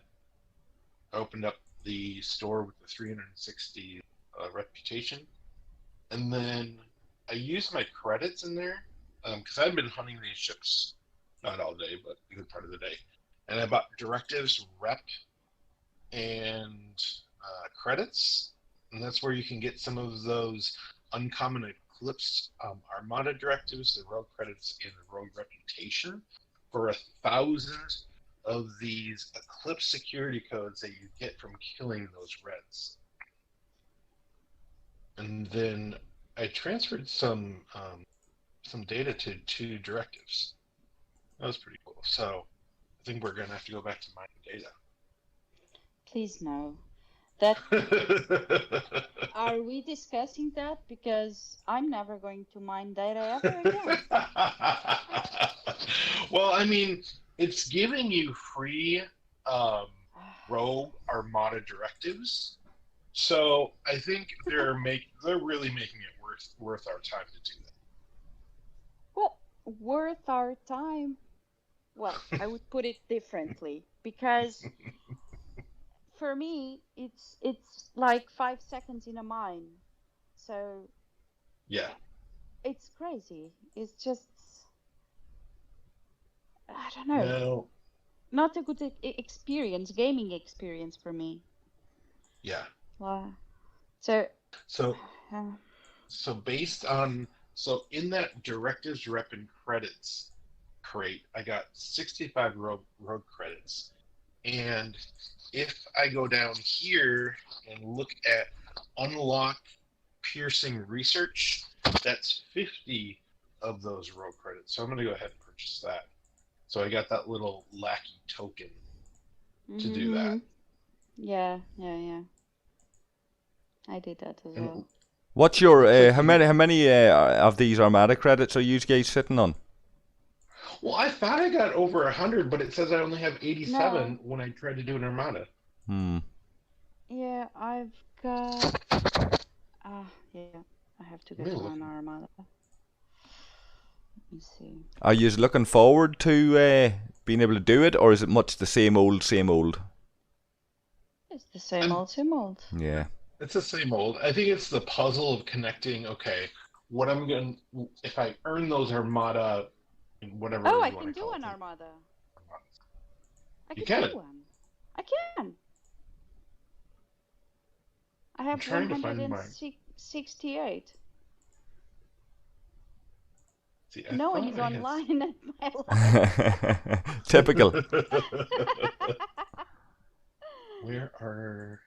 Oh, my if I do Armada? this without them, they will Yeah, there'll be not war. like. Yeah. Okay, I have 84 uncommon eclipse directives. So my question is that the only thing? Maybe it changes at the faction level that you pay for with the eclipse security codes that you earn from NPC hunting. It looks like at this first level, that's the only crate you can actually do that with. Mhm.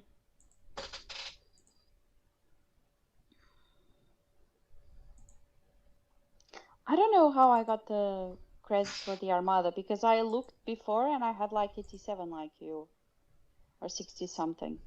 Oh, really? Yeah. Okay, I so got them. then I got them somehow. I don't know.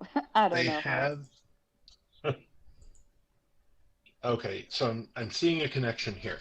The uncommon uranium is purchasable by only uncommon exchange loot acquired by defeating uncommon outlaw armada targets. So the upgrade on this ship is going to go slow, depending on how fast your alliance can run these armadas and win them. Jansen, I'm with a. So I've managed to grind a lot now, 30k or something. Imagine. Mhm. But I didn't got the points. You don't have them? No. Let me locate them in my inventory and see what. Earn points, but how do I earn points? It's not by killing hostiles. What do you mean by what are you reading? On the rogue faction star, the rep points. You look at it.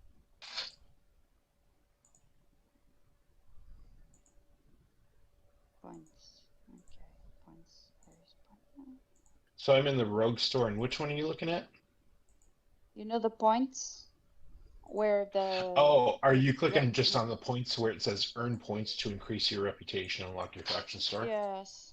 Yeah. How do Yeah, I earn right. points? It's not killing hostiles? No, it's not killing hostiles. Right now, it is specifically related to Roguish Ways events in your events tab. In what? Sorry. In your so in your events tab, there's Mm-hmm, the mm-hmm. Roguish Ways and Roguish Ways Elite, and that's where. Let me see if Elite has it. Oh, I have done them both. One gives 360, the other should give. So my guess is they're going to run this like augments, where it refreshes every day. Oh, so funny. I have a new frame and it's so purple. I'm gonna use it. Oh, it's so sweet. Okay, guys, so I'm after killing a level 37 with Can there, and not as effective. Yeah.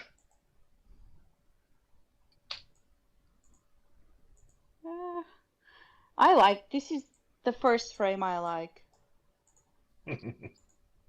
Well, then there's also the Roguish Ways Alliance leaderboard, and every point you earn for research, for every power increase by research, which is stupid because you're going to run out of research for all the days of roguish ways. I ain't doing that.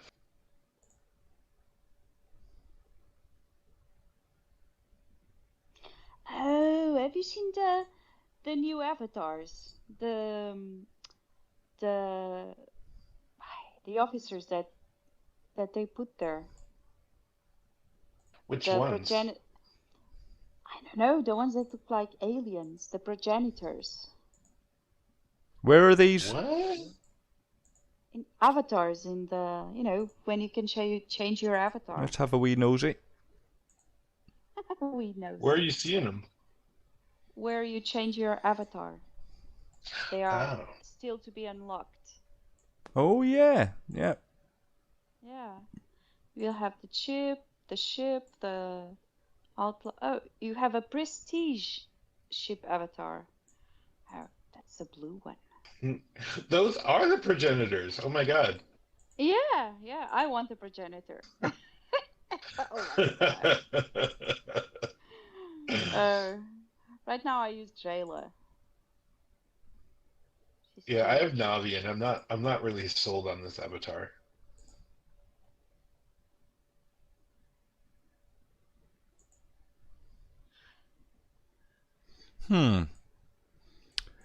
Yeah, we're seeing a lot more of this cosmetic stuff, which is probably no bad thing. Well, this tells you which officers maybe are coming our way, right? Well, Does it? That's interesting. That's interesting. Maybe. There is, but look All at the this. officers There's that are a here, you got progenitor them. invader and a progenitor defender. Yeah, So I think that yeah. might be a little clue for upcoming events. Might be. Pretty cool. And even the prestige ship, maybe one could be how you call it? Jesus, like the D3 and the May and the other ships. They have not the rogues. Help me, that you buy with plutonium. You upgrade them with plutonium. The augment hijack ships. The augments. Hijacked, yeah. So you think that could be a version of the hijacked? Potentially. Which? You see, because you have two. You have a blue one and an orange one. You have a blue one that says prestige ship, and you have the orange one that says prestige ship, but then says MK2. Where are you seeing this? It's the avatars still. Avatars. Much information here. No, I bet you anything is the prestige ship is the first incarnation of the Stella. But if you read the ship description, Mud, he totally breaks it apart and reassembles it so that he can't be caught. So MK2 is a Mark II ship, which is the next evolution of that ship. So yeah, unless it's, I'm curious if these are going to look differently or if they're going to look the same. Yeah, interesting, isn't it?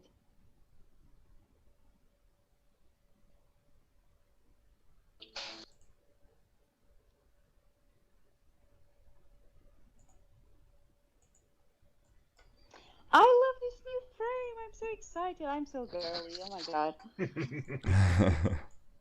I'm not. I'm here talking about game and blah blah blah. And then I get a purple frame and I'm like, oh look.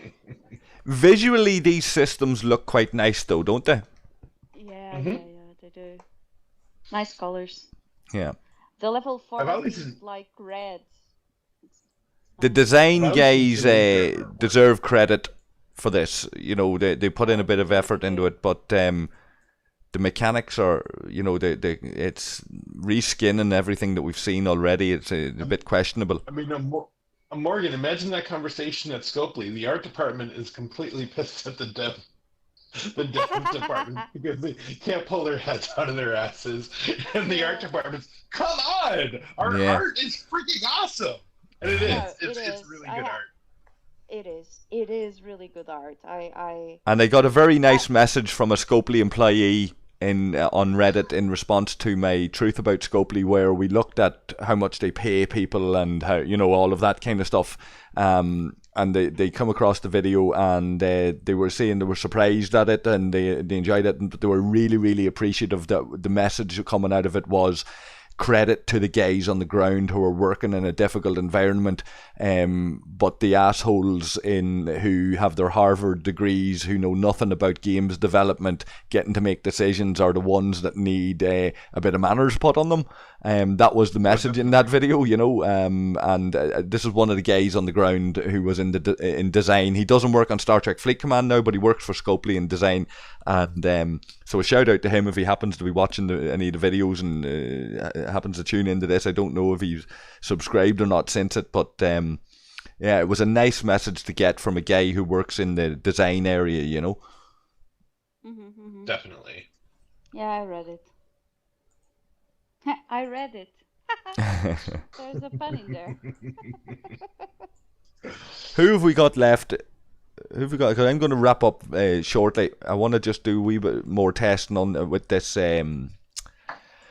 Saladin and Decius. Wait for me to do the Armada now. Oh, are you doing the Armada? Right, okay. Yeah, I have one. Right, I thought you were going to save that because nobody was online. There is one. Okay. There is one online. The others are going to be pissed, but... Okay, have you started it yet? No, he's bringing his ship. Okay. I don't know which Are they 5-minute or 15-minute, Inesias? Give me a moment. I don't know. Armada, start an Armada. Wait. Shit! I started the Armada. What's the timer on it? Is it 15 minutes? 7 minutes. 7 minutes? What? Okay. Yeah. Holy smokes. And everything seems to be the same in terms of locking people in and all of that, yeah? Yep. Well, you probably won't know for a second or two, or a minute or two till people arrive, but... I started. I didn't want to start because I'm doing a 27. 27. 27? I know. Shit. I can handle a 27 solo. Don't say that. I only had one and I messed up. I'm such a fool. It happens to all of us. Because I didn't see, when it says that you have this and it costs this. And yeah, maybe there's an argument there for like 30 seconds or 10 seconds to kind of retract your Armada and go, no, I don't want to launch it.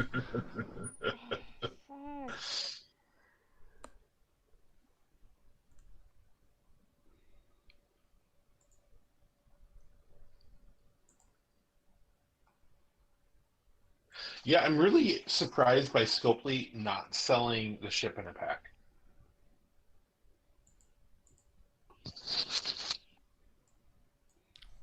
I suppose don't knock it either, There's a lot of people will obtain it free to play because of that, Yeah. I'm an idiot. Oh my god. I could probably do, let me see how much do they go. Let's go 36. Oh, but 36 is only rares, right? Oh, 45. No, it's too high. 34, let's see. 34, 45 million. Still too high. Oh, 30, 22 million. I think I can do a 22 million. Oh, there was one here. 18 million in common. Oh, I'm so stupid.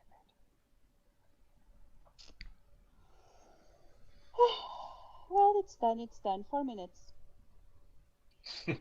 What power is it? I'm so ashamed. 2 million and something. In the level 27 system. Hold on, let's check it out.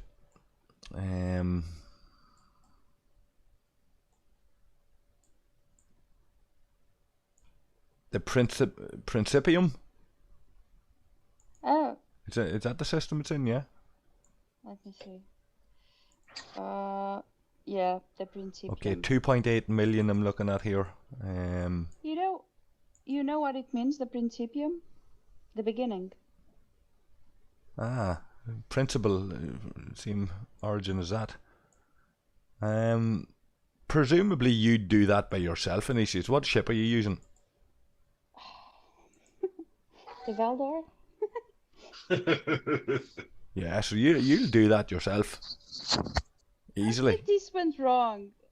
I can do a 18 million solo. Yeah. So this was this was really like stupid. Right, I'm gonna have to start working on getting my dailies completed here and all, because this new content is a bit of a distraction from your normal day-to-day grind. Yeah.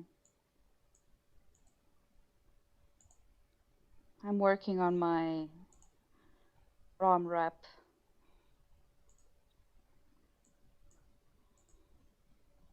But it goes slow. Prime augment search. Okay, fingers crossed now. See how this works. I have no synergy with this crew, but I want to see how it compares to that Gorkin crew. If you were to have two ships out. Okay, 2 minutes to the Armada. Okay. Well, I don't know what. Oh my God, what pisses me off is because the rewards that are needed. I'm so idiot. Jesus. So this gives 227 uncommon exchange vault loot, which you can use on the faction store to buy, for instance, the chests, which have rogue credits and rogue reputation.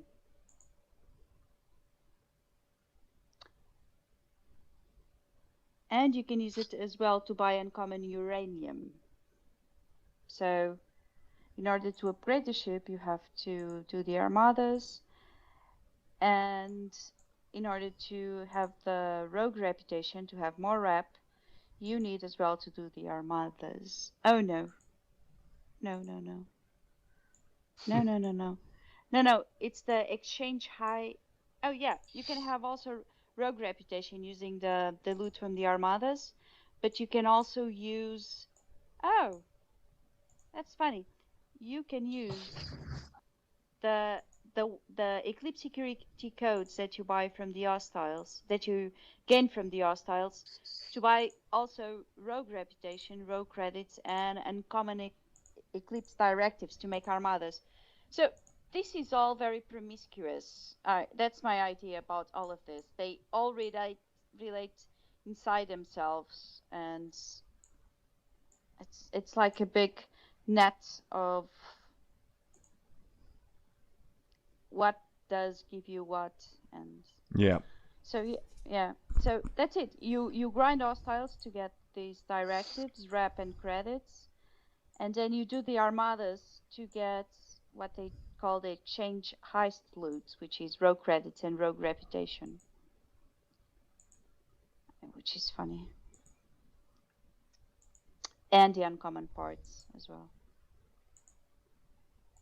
So doing the armadas will be actually crucial. Yeah. Crucial to armadas will be crucial to develop everything around the Outlaws. So to have the uranium to upgrade the ship and to have the rep, which was never the case. The armadas you don't use them for anything. Okay, so of course we won the Armada, and 200. I could use Jailer and I didn't. Okay, so 231 enemy uncommon exchange vault loot plus what I won. Oh, that's nice, because I started the Armada. I gained 21 epic Eclipse directives, which will be to use for the epic Armadas. Yeah, which is nice. Let me see how much it costs to... Probably 500, is it? Yeah, the same. Let's see. I'm on 38 now. I only see rares. Do you guys see any? No, but presumably they're up in the... Hold on a second. Oh, Penumbra, maybe? In that new system. In ROM space? No, they are not in Penumbra or Lindstrom. Oh. Yeah. Yeah, I so see no and I epic haven't actually Armadas. shown this. Where are the epic Armadas? Do you think they are on that system? In a ROM that we have to on Beta Paldorius? Oh, he's a level. Possibly. You're looking for epics? Yeah. Well, you need the arena warp cell to get there. You do. Did we establish how to get one of those? So those are on the warp coils to those lock systems are on the next level of the rogue faction. Explain that to me a bit better now. So we're currently I'm currently at 477 of the 500 points. Once I get to those next 23 to get 500 points in my faction, I hear you, yeah. I'll be at a better. Actually, it unlocks that scoundrel. You can see that outlaw warp token right there. So that's not even that next level. That's hopefully the one after that. Yeah, Arbiter is the next one. I'm at 477 as well. Yeah. But it says it unlocks that scoundrel, so that's another level That's up. another level up again, yeah. So we're talking a couple of days before we can really establish how smoothly this is going to go. Are we happy with the progression? Are we running into trouble or not, you know? Well, and I do want to give just a shout out to Scopely on this, because they spend months and months and months creating content for their gamers to go through it in one day. And they're really forcing people to slow down and to do a couple of different things every day to kind of build up to that next level. And I kind of like that. Yeah, but by the same score, if you're going to bring out new content and you're going to make any sort of a big deal out of it, give us stuff there like we talked about earlier that is going to improve our ability tactically to do PvP. That's going to rebalance known issues that we've got, like with certain officers or certain ships, you know. This is what will keep the community happy. You know, rushing out new content when it's the same style of stuff that they just keep dumping on you and making it very convoluted. It's very frustrating to some people. But, you know, I hear what you're saying on that. However, unlike you, and I'm not sure about Inesias, but I don't look forward to PvP, because PvP brings out ugly personalities, and I'm much more of a PvE farmer. I don't like mining all the time. I like some action, but this kind of gameplay appeals to me of things that you can do, and you can count on different things doing every day. I don't want it to get monotonous and boring. I do want it to be interesting, and so far what I'm seeing, I am looking forward to doing this day in, day out. But, you know, like you said, you have to make it very, very specific, very strategic, so that your gamers aren't bored that you're just Yeah. repeating the same old content all the time. Like, I want to be able to, like, if I run into Inesias in the galaxy, I don't want to be at such a disadvantage because she spent more money on the game. Therefore, I just can't compete. I want to be able to run into Inesias around the galaxy, and yeah, she can have a Valdor or whatever it is and kick my ass. But if I'm clever strategically, I can kind of leave her with second guessing whether she wants to do that again. Well, you know what I'm ultimately, saying? I think that's the takeaway for Scopely is even Inesias having those 4-star ships. She even wants strategy. We want strategy. I think all around players want more strategy. Yeah. And we're not getting it. Like we talked We're about the just getting cloaking devices. If I was able to sneak up, like I've had great fun with Rog messing around in Yarda and places like that, and sticking on, Cla at the time or whatever onto and making ships faster so that the whales or the high level guys, they just can't catch me, and I've had fun with that.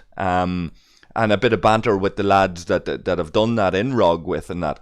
And I'm sure other people have done the same thing on other servers because I can't go toe to toe in an actual fight with them.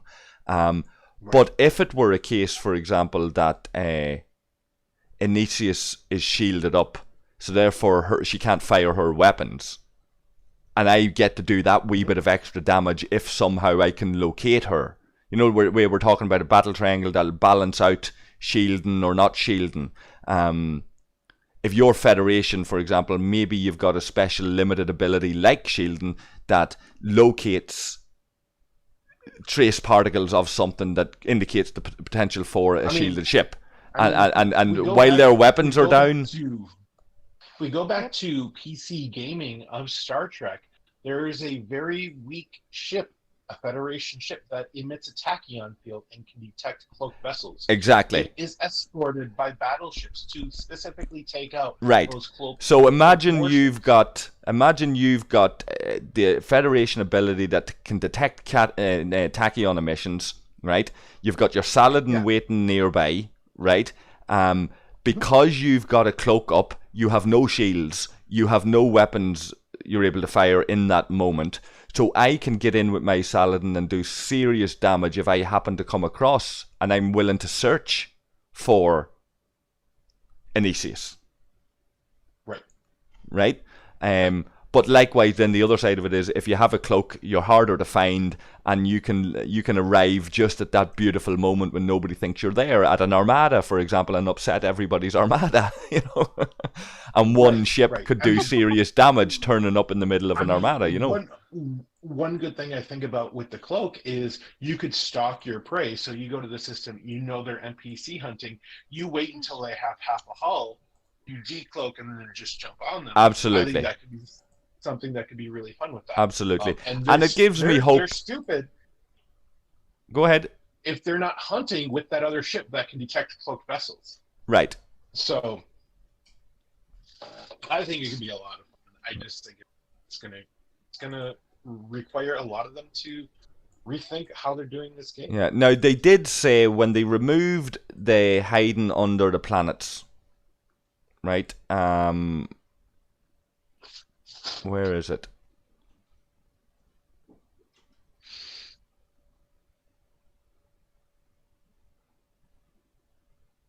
It must be up above. Hold on. Improvement. Ships hiding under mission planets, and they say we know some players enjoy the strategy this unintended experience offered, and will continue to look into ways to offer unique intended strategy mechanics for PvP combat in the future. You'd hope it's things like we're talking about that they mean, and that's not just a disingenuous comment to make us shut up and give us false hope. You'd hope that they're actually working on ideas like we're discussing here. You would hope so. Mike's chatting away there in the stream. Sorry for not getting back to you earlier, Mike. He said, better scanning, for example, would make for better fun, and yeah. improved abilities for scanning or whatever. Yeah.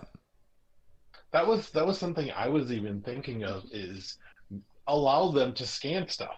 Yeah, like I'd be thinking you need a battle triangle, right? I hate giving Scopely ideas when they don't give credit, you know.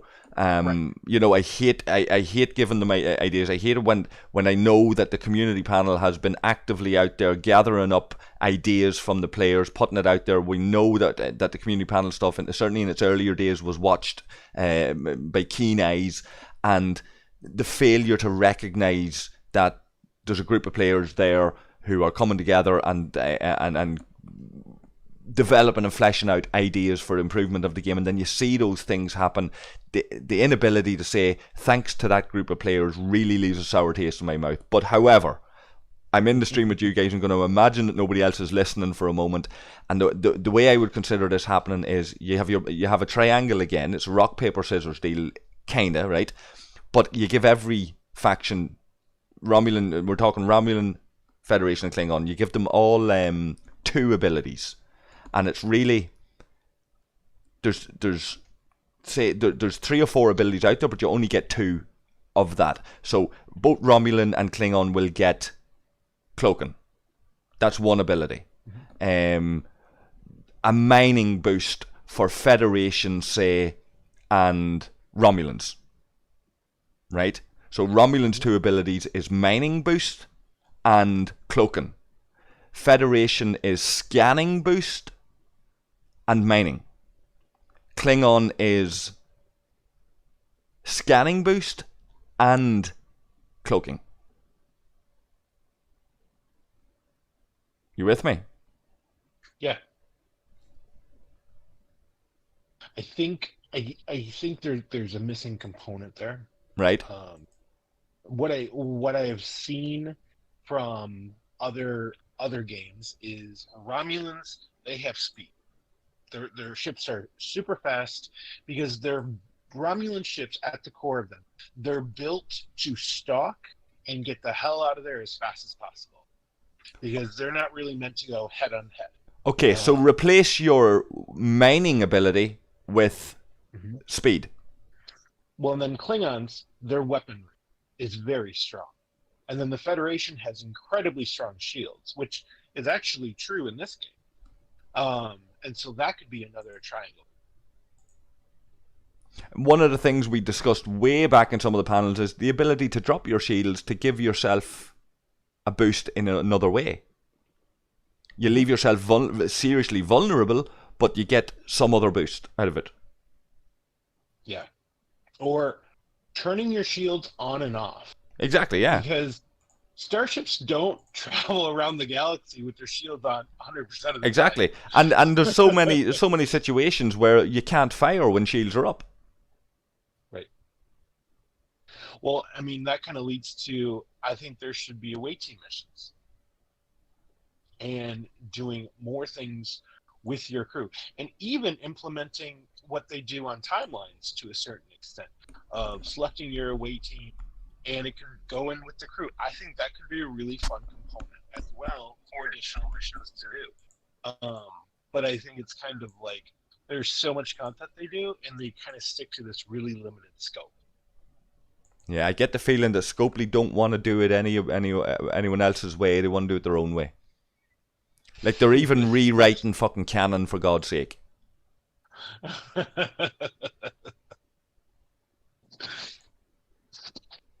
Did any of you get the reference that I was making earlier? Some of you are bound to have seen it. I made a couple of comments about this new content. One of them was like how the rogue map looks awfully like the map of Australia. You think? I've talked to some of the Aussie guys, like most of our servers from Australia. I've asked them, some of them agree. And the idea, if you go and watch the video I posted earlier, it's only 10 minutes long. Like I go into all of this kind of stuff where it's the reference to Tombstone. Tombstone is a very, very famous western town in the old cowboys in the Wild West. Tombstone's very famous. When you look at Van Cleef, more reference. Yeah, when you look at Van Cleef, Lee Van Cleef, Robert Mitchum. And you have Tom Duffinum. Yeah, Is Leone one- is Sergio Leone. Is that him? I'd have to look all of these up. I should have done my homework before I streamed. You know what I mean? But that looks to me like it's a Wild West tip of the hat. And why do you think it's Australian? Because that's where you send all the convicts. Okay. For the longest time, that was true. Yeah, when you were talking about that, I was thinking of Texas, and I'm sure a lot of Texans would love to see representation. Yeah, I'm still trying to figure out exactly what is this purple space. Is this considered outlaw space? Because I've never heard of what this is really supposed to be. This is what I'm saying. They're rewriting canon. Harry Mudd was not a leading figure in a faction that occupied a large chunk of space. Never was, never will be. A singular episode on the originals, or maybe no, two. So why do you think they are giving him so much importance? Because there's not much else they're allowed to do. Mm-hmm. What do you mean? They have the rights to use the Kelvin timeline, really, and only the Kelvin timeline. The only way they got the Borg brought in was because an argument was made successfully to say, well, the Borg would have existed in Star Trek canon somewhere. In the Kelvin timeline. Yeah. Now, in fairness, they brought in Ferengi. Yeah, they I think CBS is letting them get away with little things here and there. Because, like I reported before, they have wanted to do all of Star Trek canon in the main universe. But I really don't see how they're going to be doing that. I know, but if they got away with bringing the Ferengi in, and a Ferengi ship and blah-de-blah, then absolutely a Ferengi faction space would have went down a lot better with the vast majority of Star Trek fans, particularly anybody who's a Puritan about canon and stuff. It would have went down better than Harry Mudd. I can almost guarantee you, Amorgin, CBS said no. Because there's no reason Scopely would not want to do a Ferengi faction. Because, like you said, it is so popular as fans. I think CBS probably let them do a little ship. Yeah. There's no crew. There's no space. So I think that's all they got. Yeah, you're probably right. Yeah. It would be nice, though, if we got information on this from the likes of Panic and everything else. Like they sat there in the video with Keenser and everything and talked about, I don't know if you've watched it or not, they talked about could they make Star Trek Fleet Command, for example, how big a task would it be to make Star Trek Fleet Command a proper PC game? And they had a discussion about the practicalities of that. I would love them to do that for the single reason to get torn up by PC gamers. Like, PC gamers are they think we're bad as mobile gamers? They're the elitist motherfuckers. Like, yeah. PC gamers. Yeah. Yeah. I would just love to watch that show. Imagine. And then all the people coming in doing mods on it. Yeah. That they couldn't stop. Yeah. Oh, yeah. That'd be interesting. And Keenser seemed to indicate that it would just be you'd basically need to hire more people, like that they've got people in the development team who have PC games development as part of their CV. He didn't rule it out as an impossible task. Mm-hmm. Which I found interesting, Didn't sound like they were planning to do it anytime soon, though. But if they can talk about that kind of shite, why can't they sit there and talk about the difficulties that they're faced with in obtaining licenses, and that we'd love to be able to do the Ferengi faction, and we've really asked about it, but it doesn't look like it's going to happen just yet. And why aren't they getting into that kind of conversation with people? I just think that they're limited. I keep on checking a lot of mobile news for anyone else getting Star Trek copyrights. and I haven't seen anything gaming wise come across through anything. Right. But I know CBS is trying to promote Star Trek as much as possible. So I would not be surprised if they get a competitor sometime soon. Which is, I would assume, which is the reason CBS is not releasing all Star Trek canon to them. Because I think they want to release like Discovery here, Next Generation there. Do it down that. Have you seen? There's a very, very interesting show that was done by William Shatner. William Shatner went around and interviewed all the guys that were involved in the Next Generation. Well, not all of them, but a lot of the key guys that were involved in the development of the Next Generation, and the journey that they took when it transitioned from Gene Roddenberry, right? And it's a very interesting kind of thing. It's called Chaos on the Bridge. It's about an hour long. Highly recommended if you haven't seen it already. I haven't seen it. I'll have to check it out. Chaos on the Bridge. Look for it. And in fairness to Shatner, he's going in there and he's talking to, he's talking to all the right people, and it's a very interesting story on how all the bullshit that goes on behind the scenes. Trying to remain loyal to Roddenberry's vision, but at the same time trying to bring in new ideas, and all of that shit happened before with the Next Generation. And then when the Next Generation got popular, everybody, fucking started getting ideas. Different writers were shit upon, and other writers were got rid of, and others were brought in, and yeah, some interesting. Well, that's why Gates McFadden, she left. Exactly, yeah, they touch upon all of that. Yeah. Yeah, that's interesting. And Natasha Yar as well, what they done with her. Roddenberry would hate Star Trek right now. I think so. Would hate it. But at the same time, you can't deny how universally recognized it's become. True.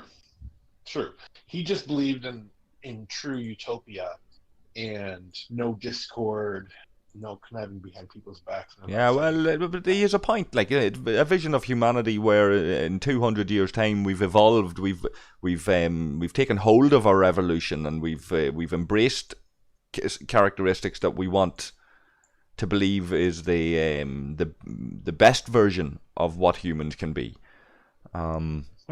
He's done other stories where it's not like that, Right.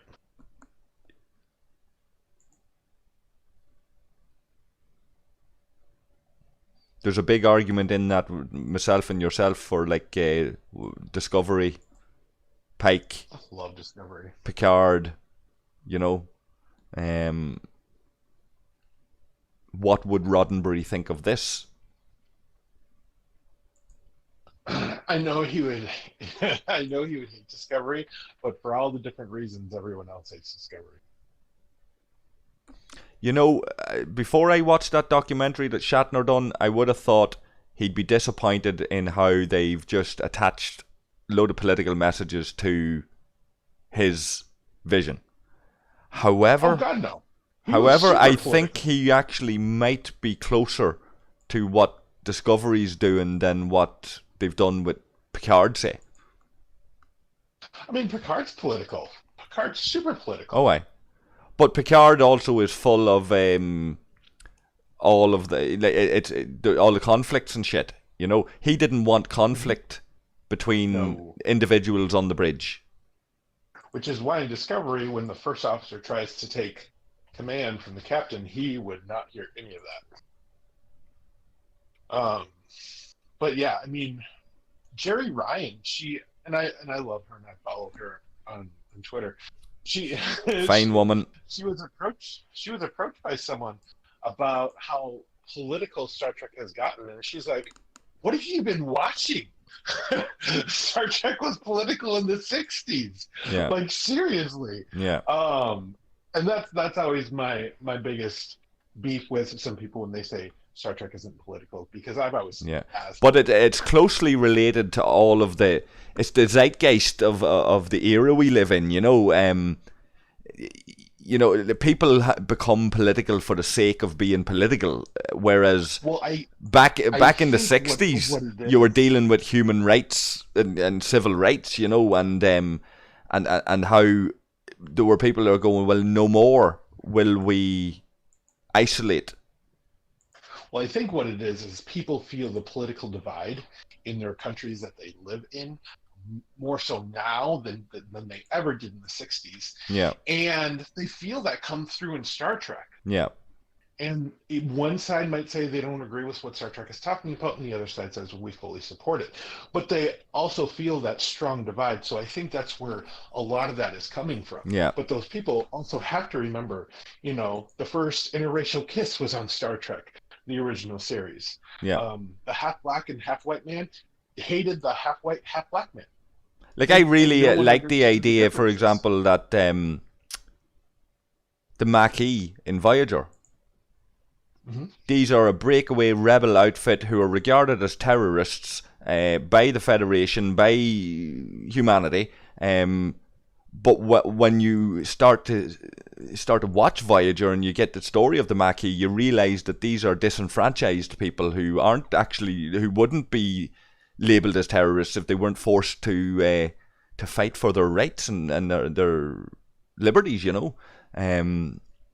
Very interesting stuff, and the political fallout of treaties and decisions that were made and where that left the Maquis as people, and you know. working side by side with a terrorist who was exploding buildings around you, and now they're working side by side with you. Exactly. Yeah. I don't think Voyager ever did that very well. That's just my opinion, because for them in one episode to be enemies, and the next episode, hey, I guess we're friends now. I was not a big fan. Well, I think it was more a case like the Maquis weren't. They weren't like, you know, if you take this Kelvin timeline and what Harrison Khan was doing, the sort of character they made him to be. He's the terrorist that wants to bring down the structures of their civilization. He's not the terrorist that is regarded by another man as a freedom fighter for families and children that have like communities of ordinary people supporting them, right?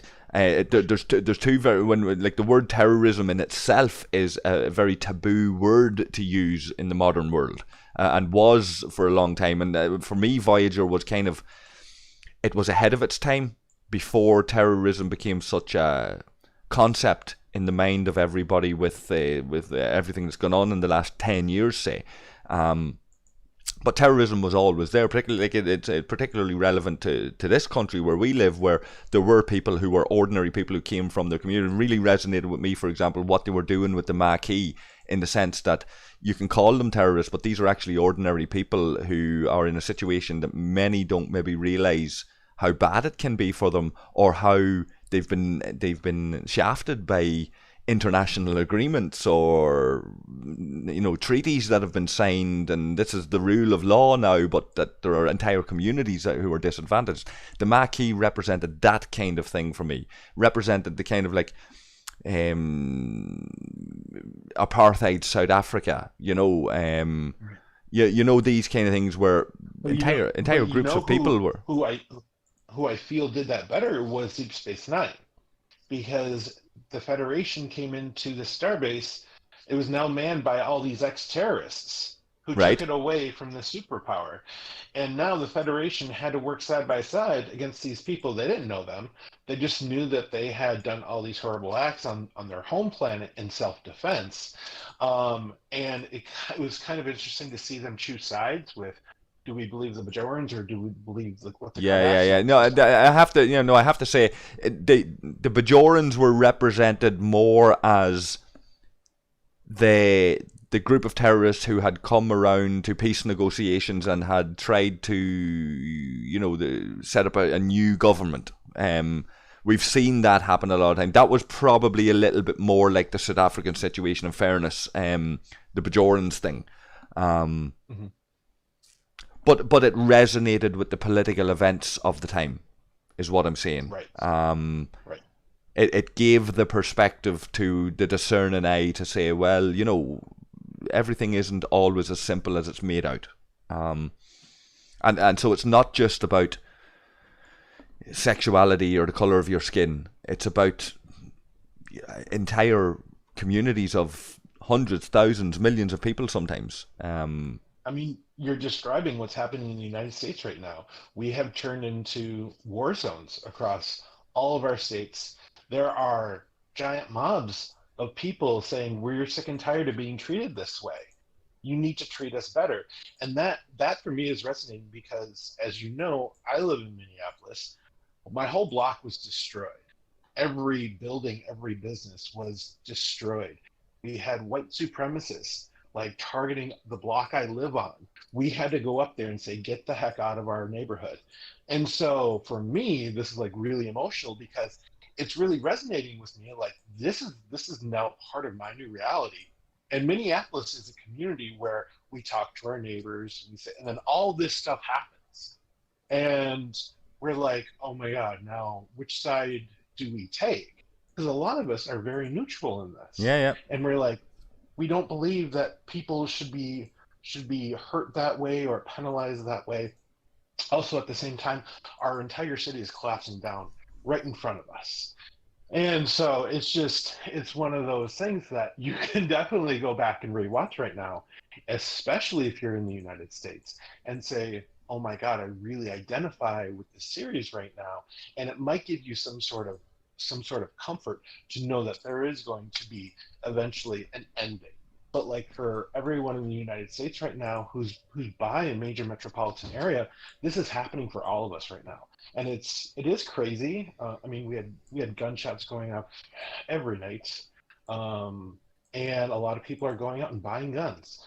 So it's like it's one of those things where we're like, okay, and militias are forming up, and we're like, so what do I do here?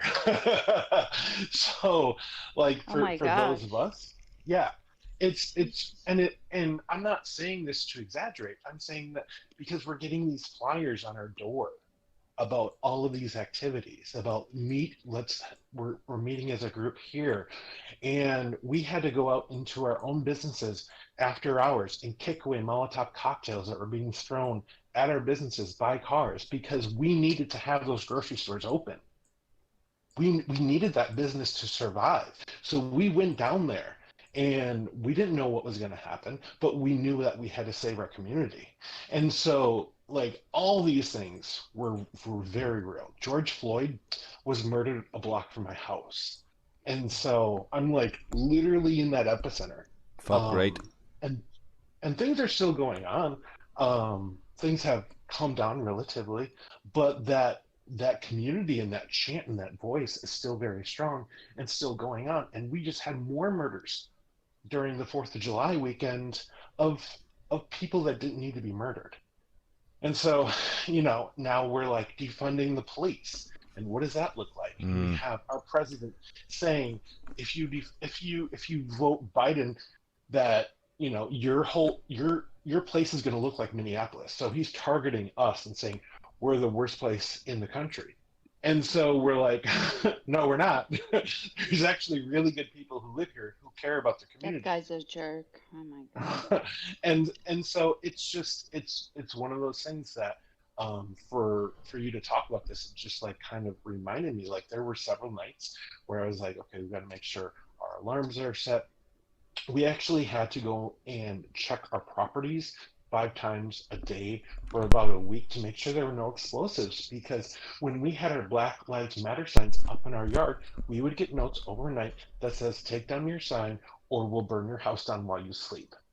Oh my God. And we won't succumb to terrorism. So we kept our signs up, but then we found explosives like slotted by garages, by houses, so that they could drive by, throw a Molotov cocktail at that target and set our entire house on fire. And so I'm like, where do I live? Like, I feel like I live in the heart of a war zone. Crazy. And that's and crazy. so it's kind of interesting for me to go back and watch these shows about these terrorists and have a new lens on how I view them, because terrorist is a term given to somebody.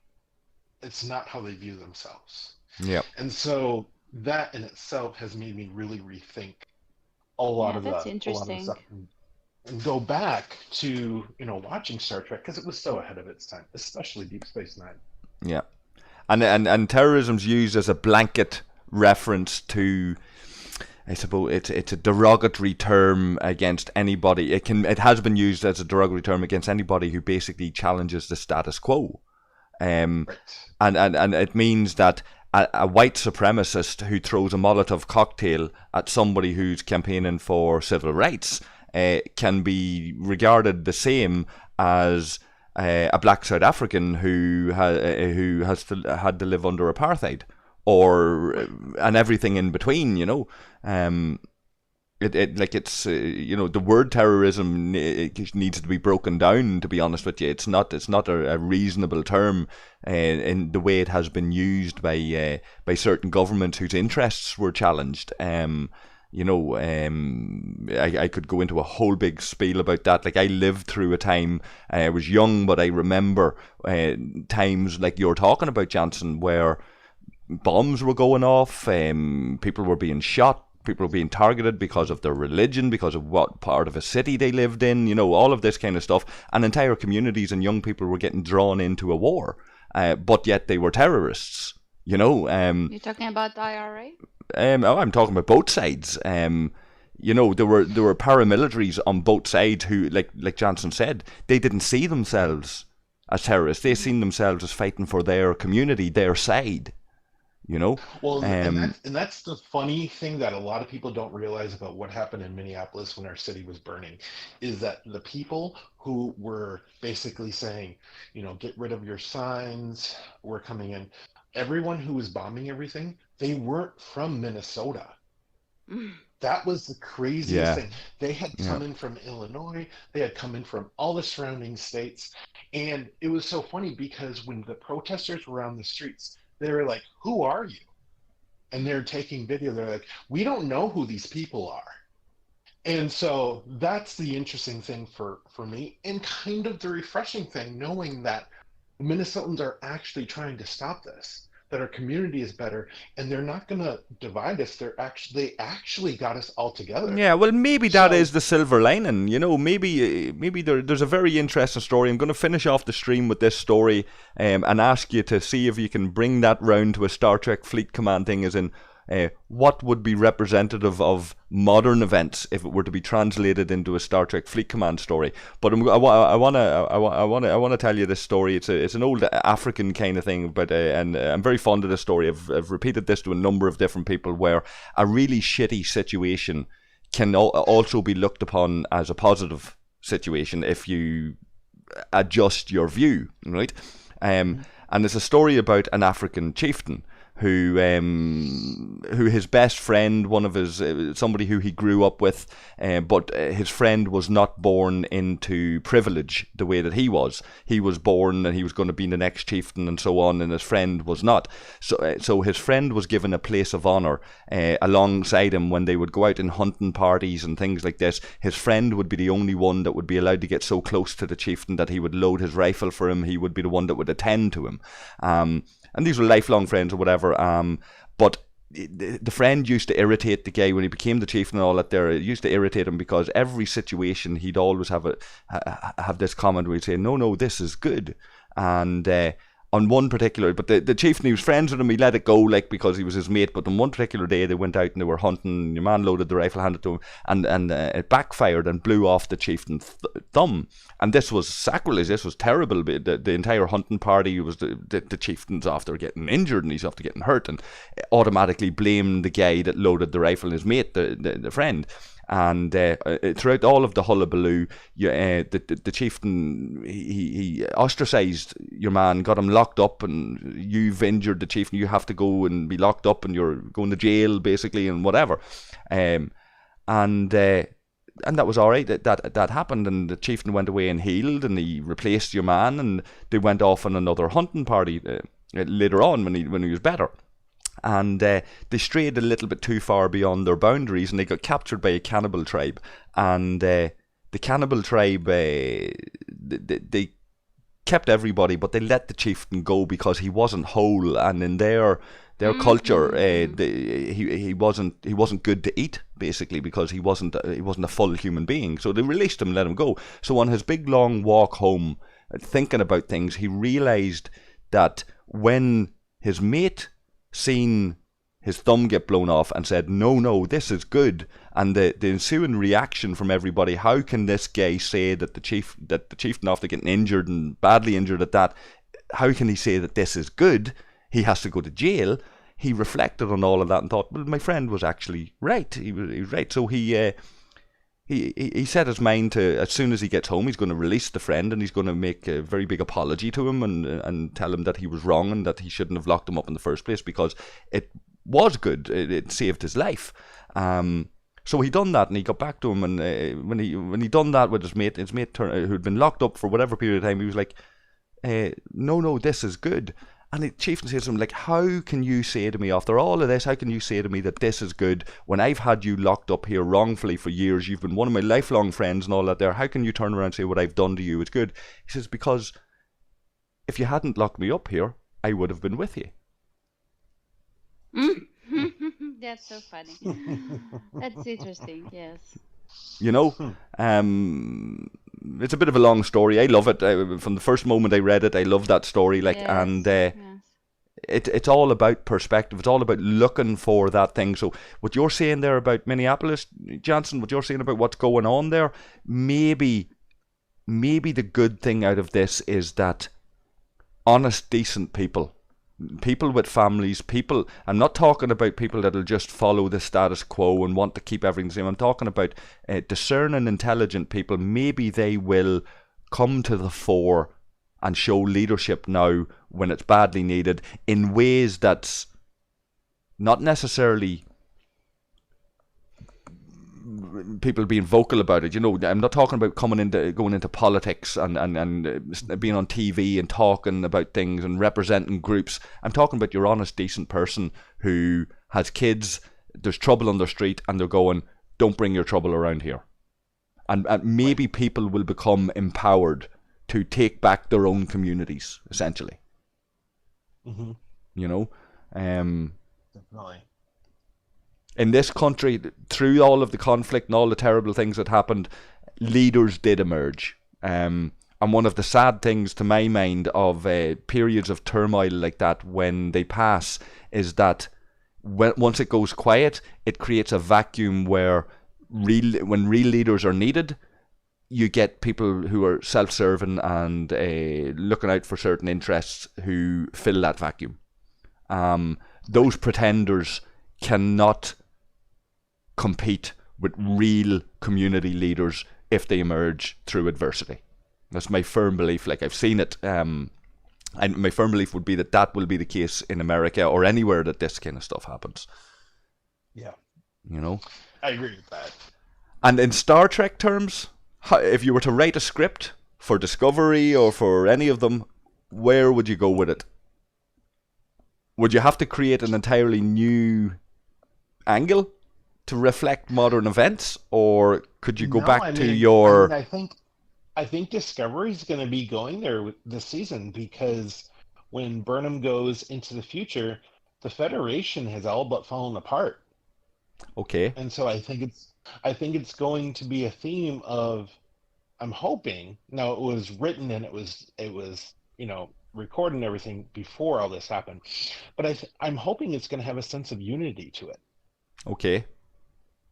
You think this is going to be done then? You don't think there's a need for somebody to emerge and write a script about, like, I'm sure there's going to be films made about Floyd and things that are going on. In the next couple of years, we're going to see this on the screen. I would really love Star Trek to, talk about the issues that humans had to overcome, because they kind of like breezed over it on a very high level. It said, during World War III, everyone came together, but they don't really touch on the ugliness of humanity. They don't really want to kind of bring that to the light, because I think it can be polarizing. I think you're going to. And that's not Roddenberry's vision. Roddenberry's vision was that we've left this behind. We've evolved beyond this. But we've also humankind is in a different place than when before Roddenberry died.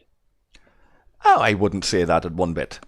I would say that I would say that we're probably in a better place than from when he was around. But this Black Lives Matters and all of that that is not on a par with what was going on in the 60s. What was going on in the 60s was way more ground shaking than today. Now, in time, maybe that statement will be proven wrong.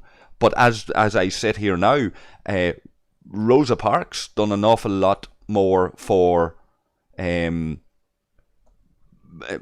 equal rights than Floyd did. Oh, if you get me, you know what I mean. You know. Yeah.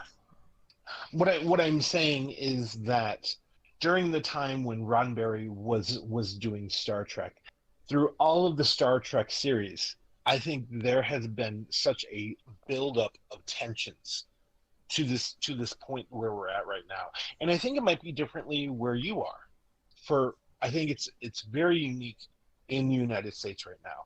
I think it's gotten to such a huge boiling point that I think it's just something we're going to have to deal with. I think we haven't been dealing with it for such a long time, and now we're at that point where it has to be dealt with. How much of it do you think is to do with the fact that the United States as an entity is actually quite young? Well, I think that has something to do with it. But I think ultimately our biggest problem is our government. Yes. Because we elect these leaders to lead. And I don't believe any politician should walk into office earning $100,000 and walk out worth $100 million. Yeah. And that's what's happening. And that's the biggest problem. I think that's that's happening everywhere, though, to be honest. Like, I think that is happening everywhere. European Union's no different. I know for a fact that there are certain individuals who went into politics in European countries and they've gone on to further their own feather their own nests by getting a cozy European job. And there are there's one government minister I could point to in this country who pushed through legislation because it was something that was desirable from a European point of view, but it wasn't very favourable to your average citizen in this country. It was shitting on some of the historical legacy that had been left behind this country to please the masters in Europe. And this guy got this legislation pushed through, and when he retired from Irish politics, he went and got a very cosy number in Europe, a very high-paid, well-paid job, which was basically a thank you. We look after you. You done what we needed you to do in your neck of the woods. And he shit on his own people to further his own career and make more money for himself off in Brussels or wherever the fuck he went. You know, I think it's happening everywhere. But I think China is the same. I think these fuckers in China are fleecing the fucking thing, or in Russia or anywhere. You know what I mean? Yeah, and China is complicated now with Hong Kong and stuff. Yeah. Listen, guys, that went off on a very, very big tangent. I'm going to end the stream at that because the last wee while of the stream has just been sitting looking at Gallon and Core. I want to thank anybody that has stuck with us this long. It was a lot longer than I expected.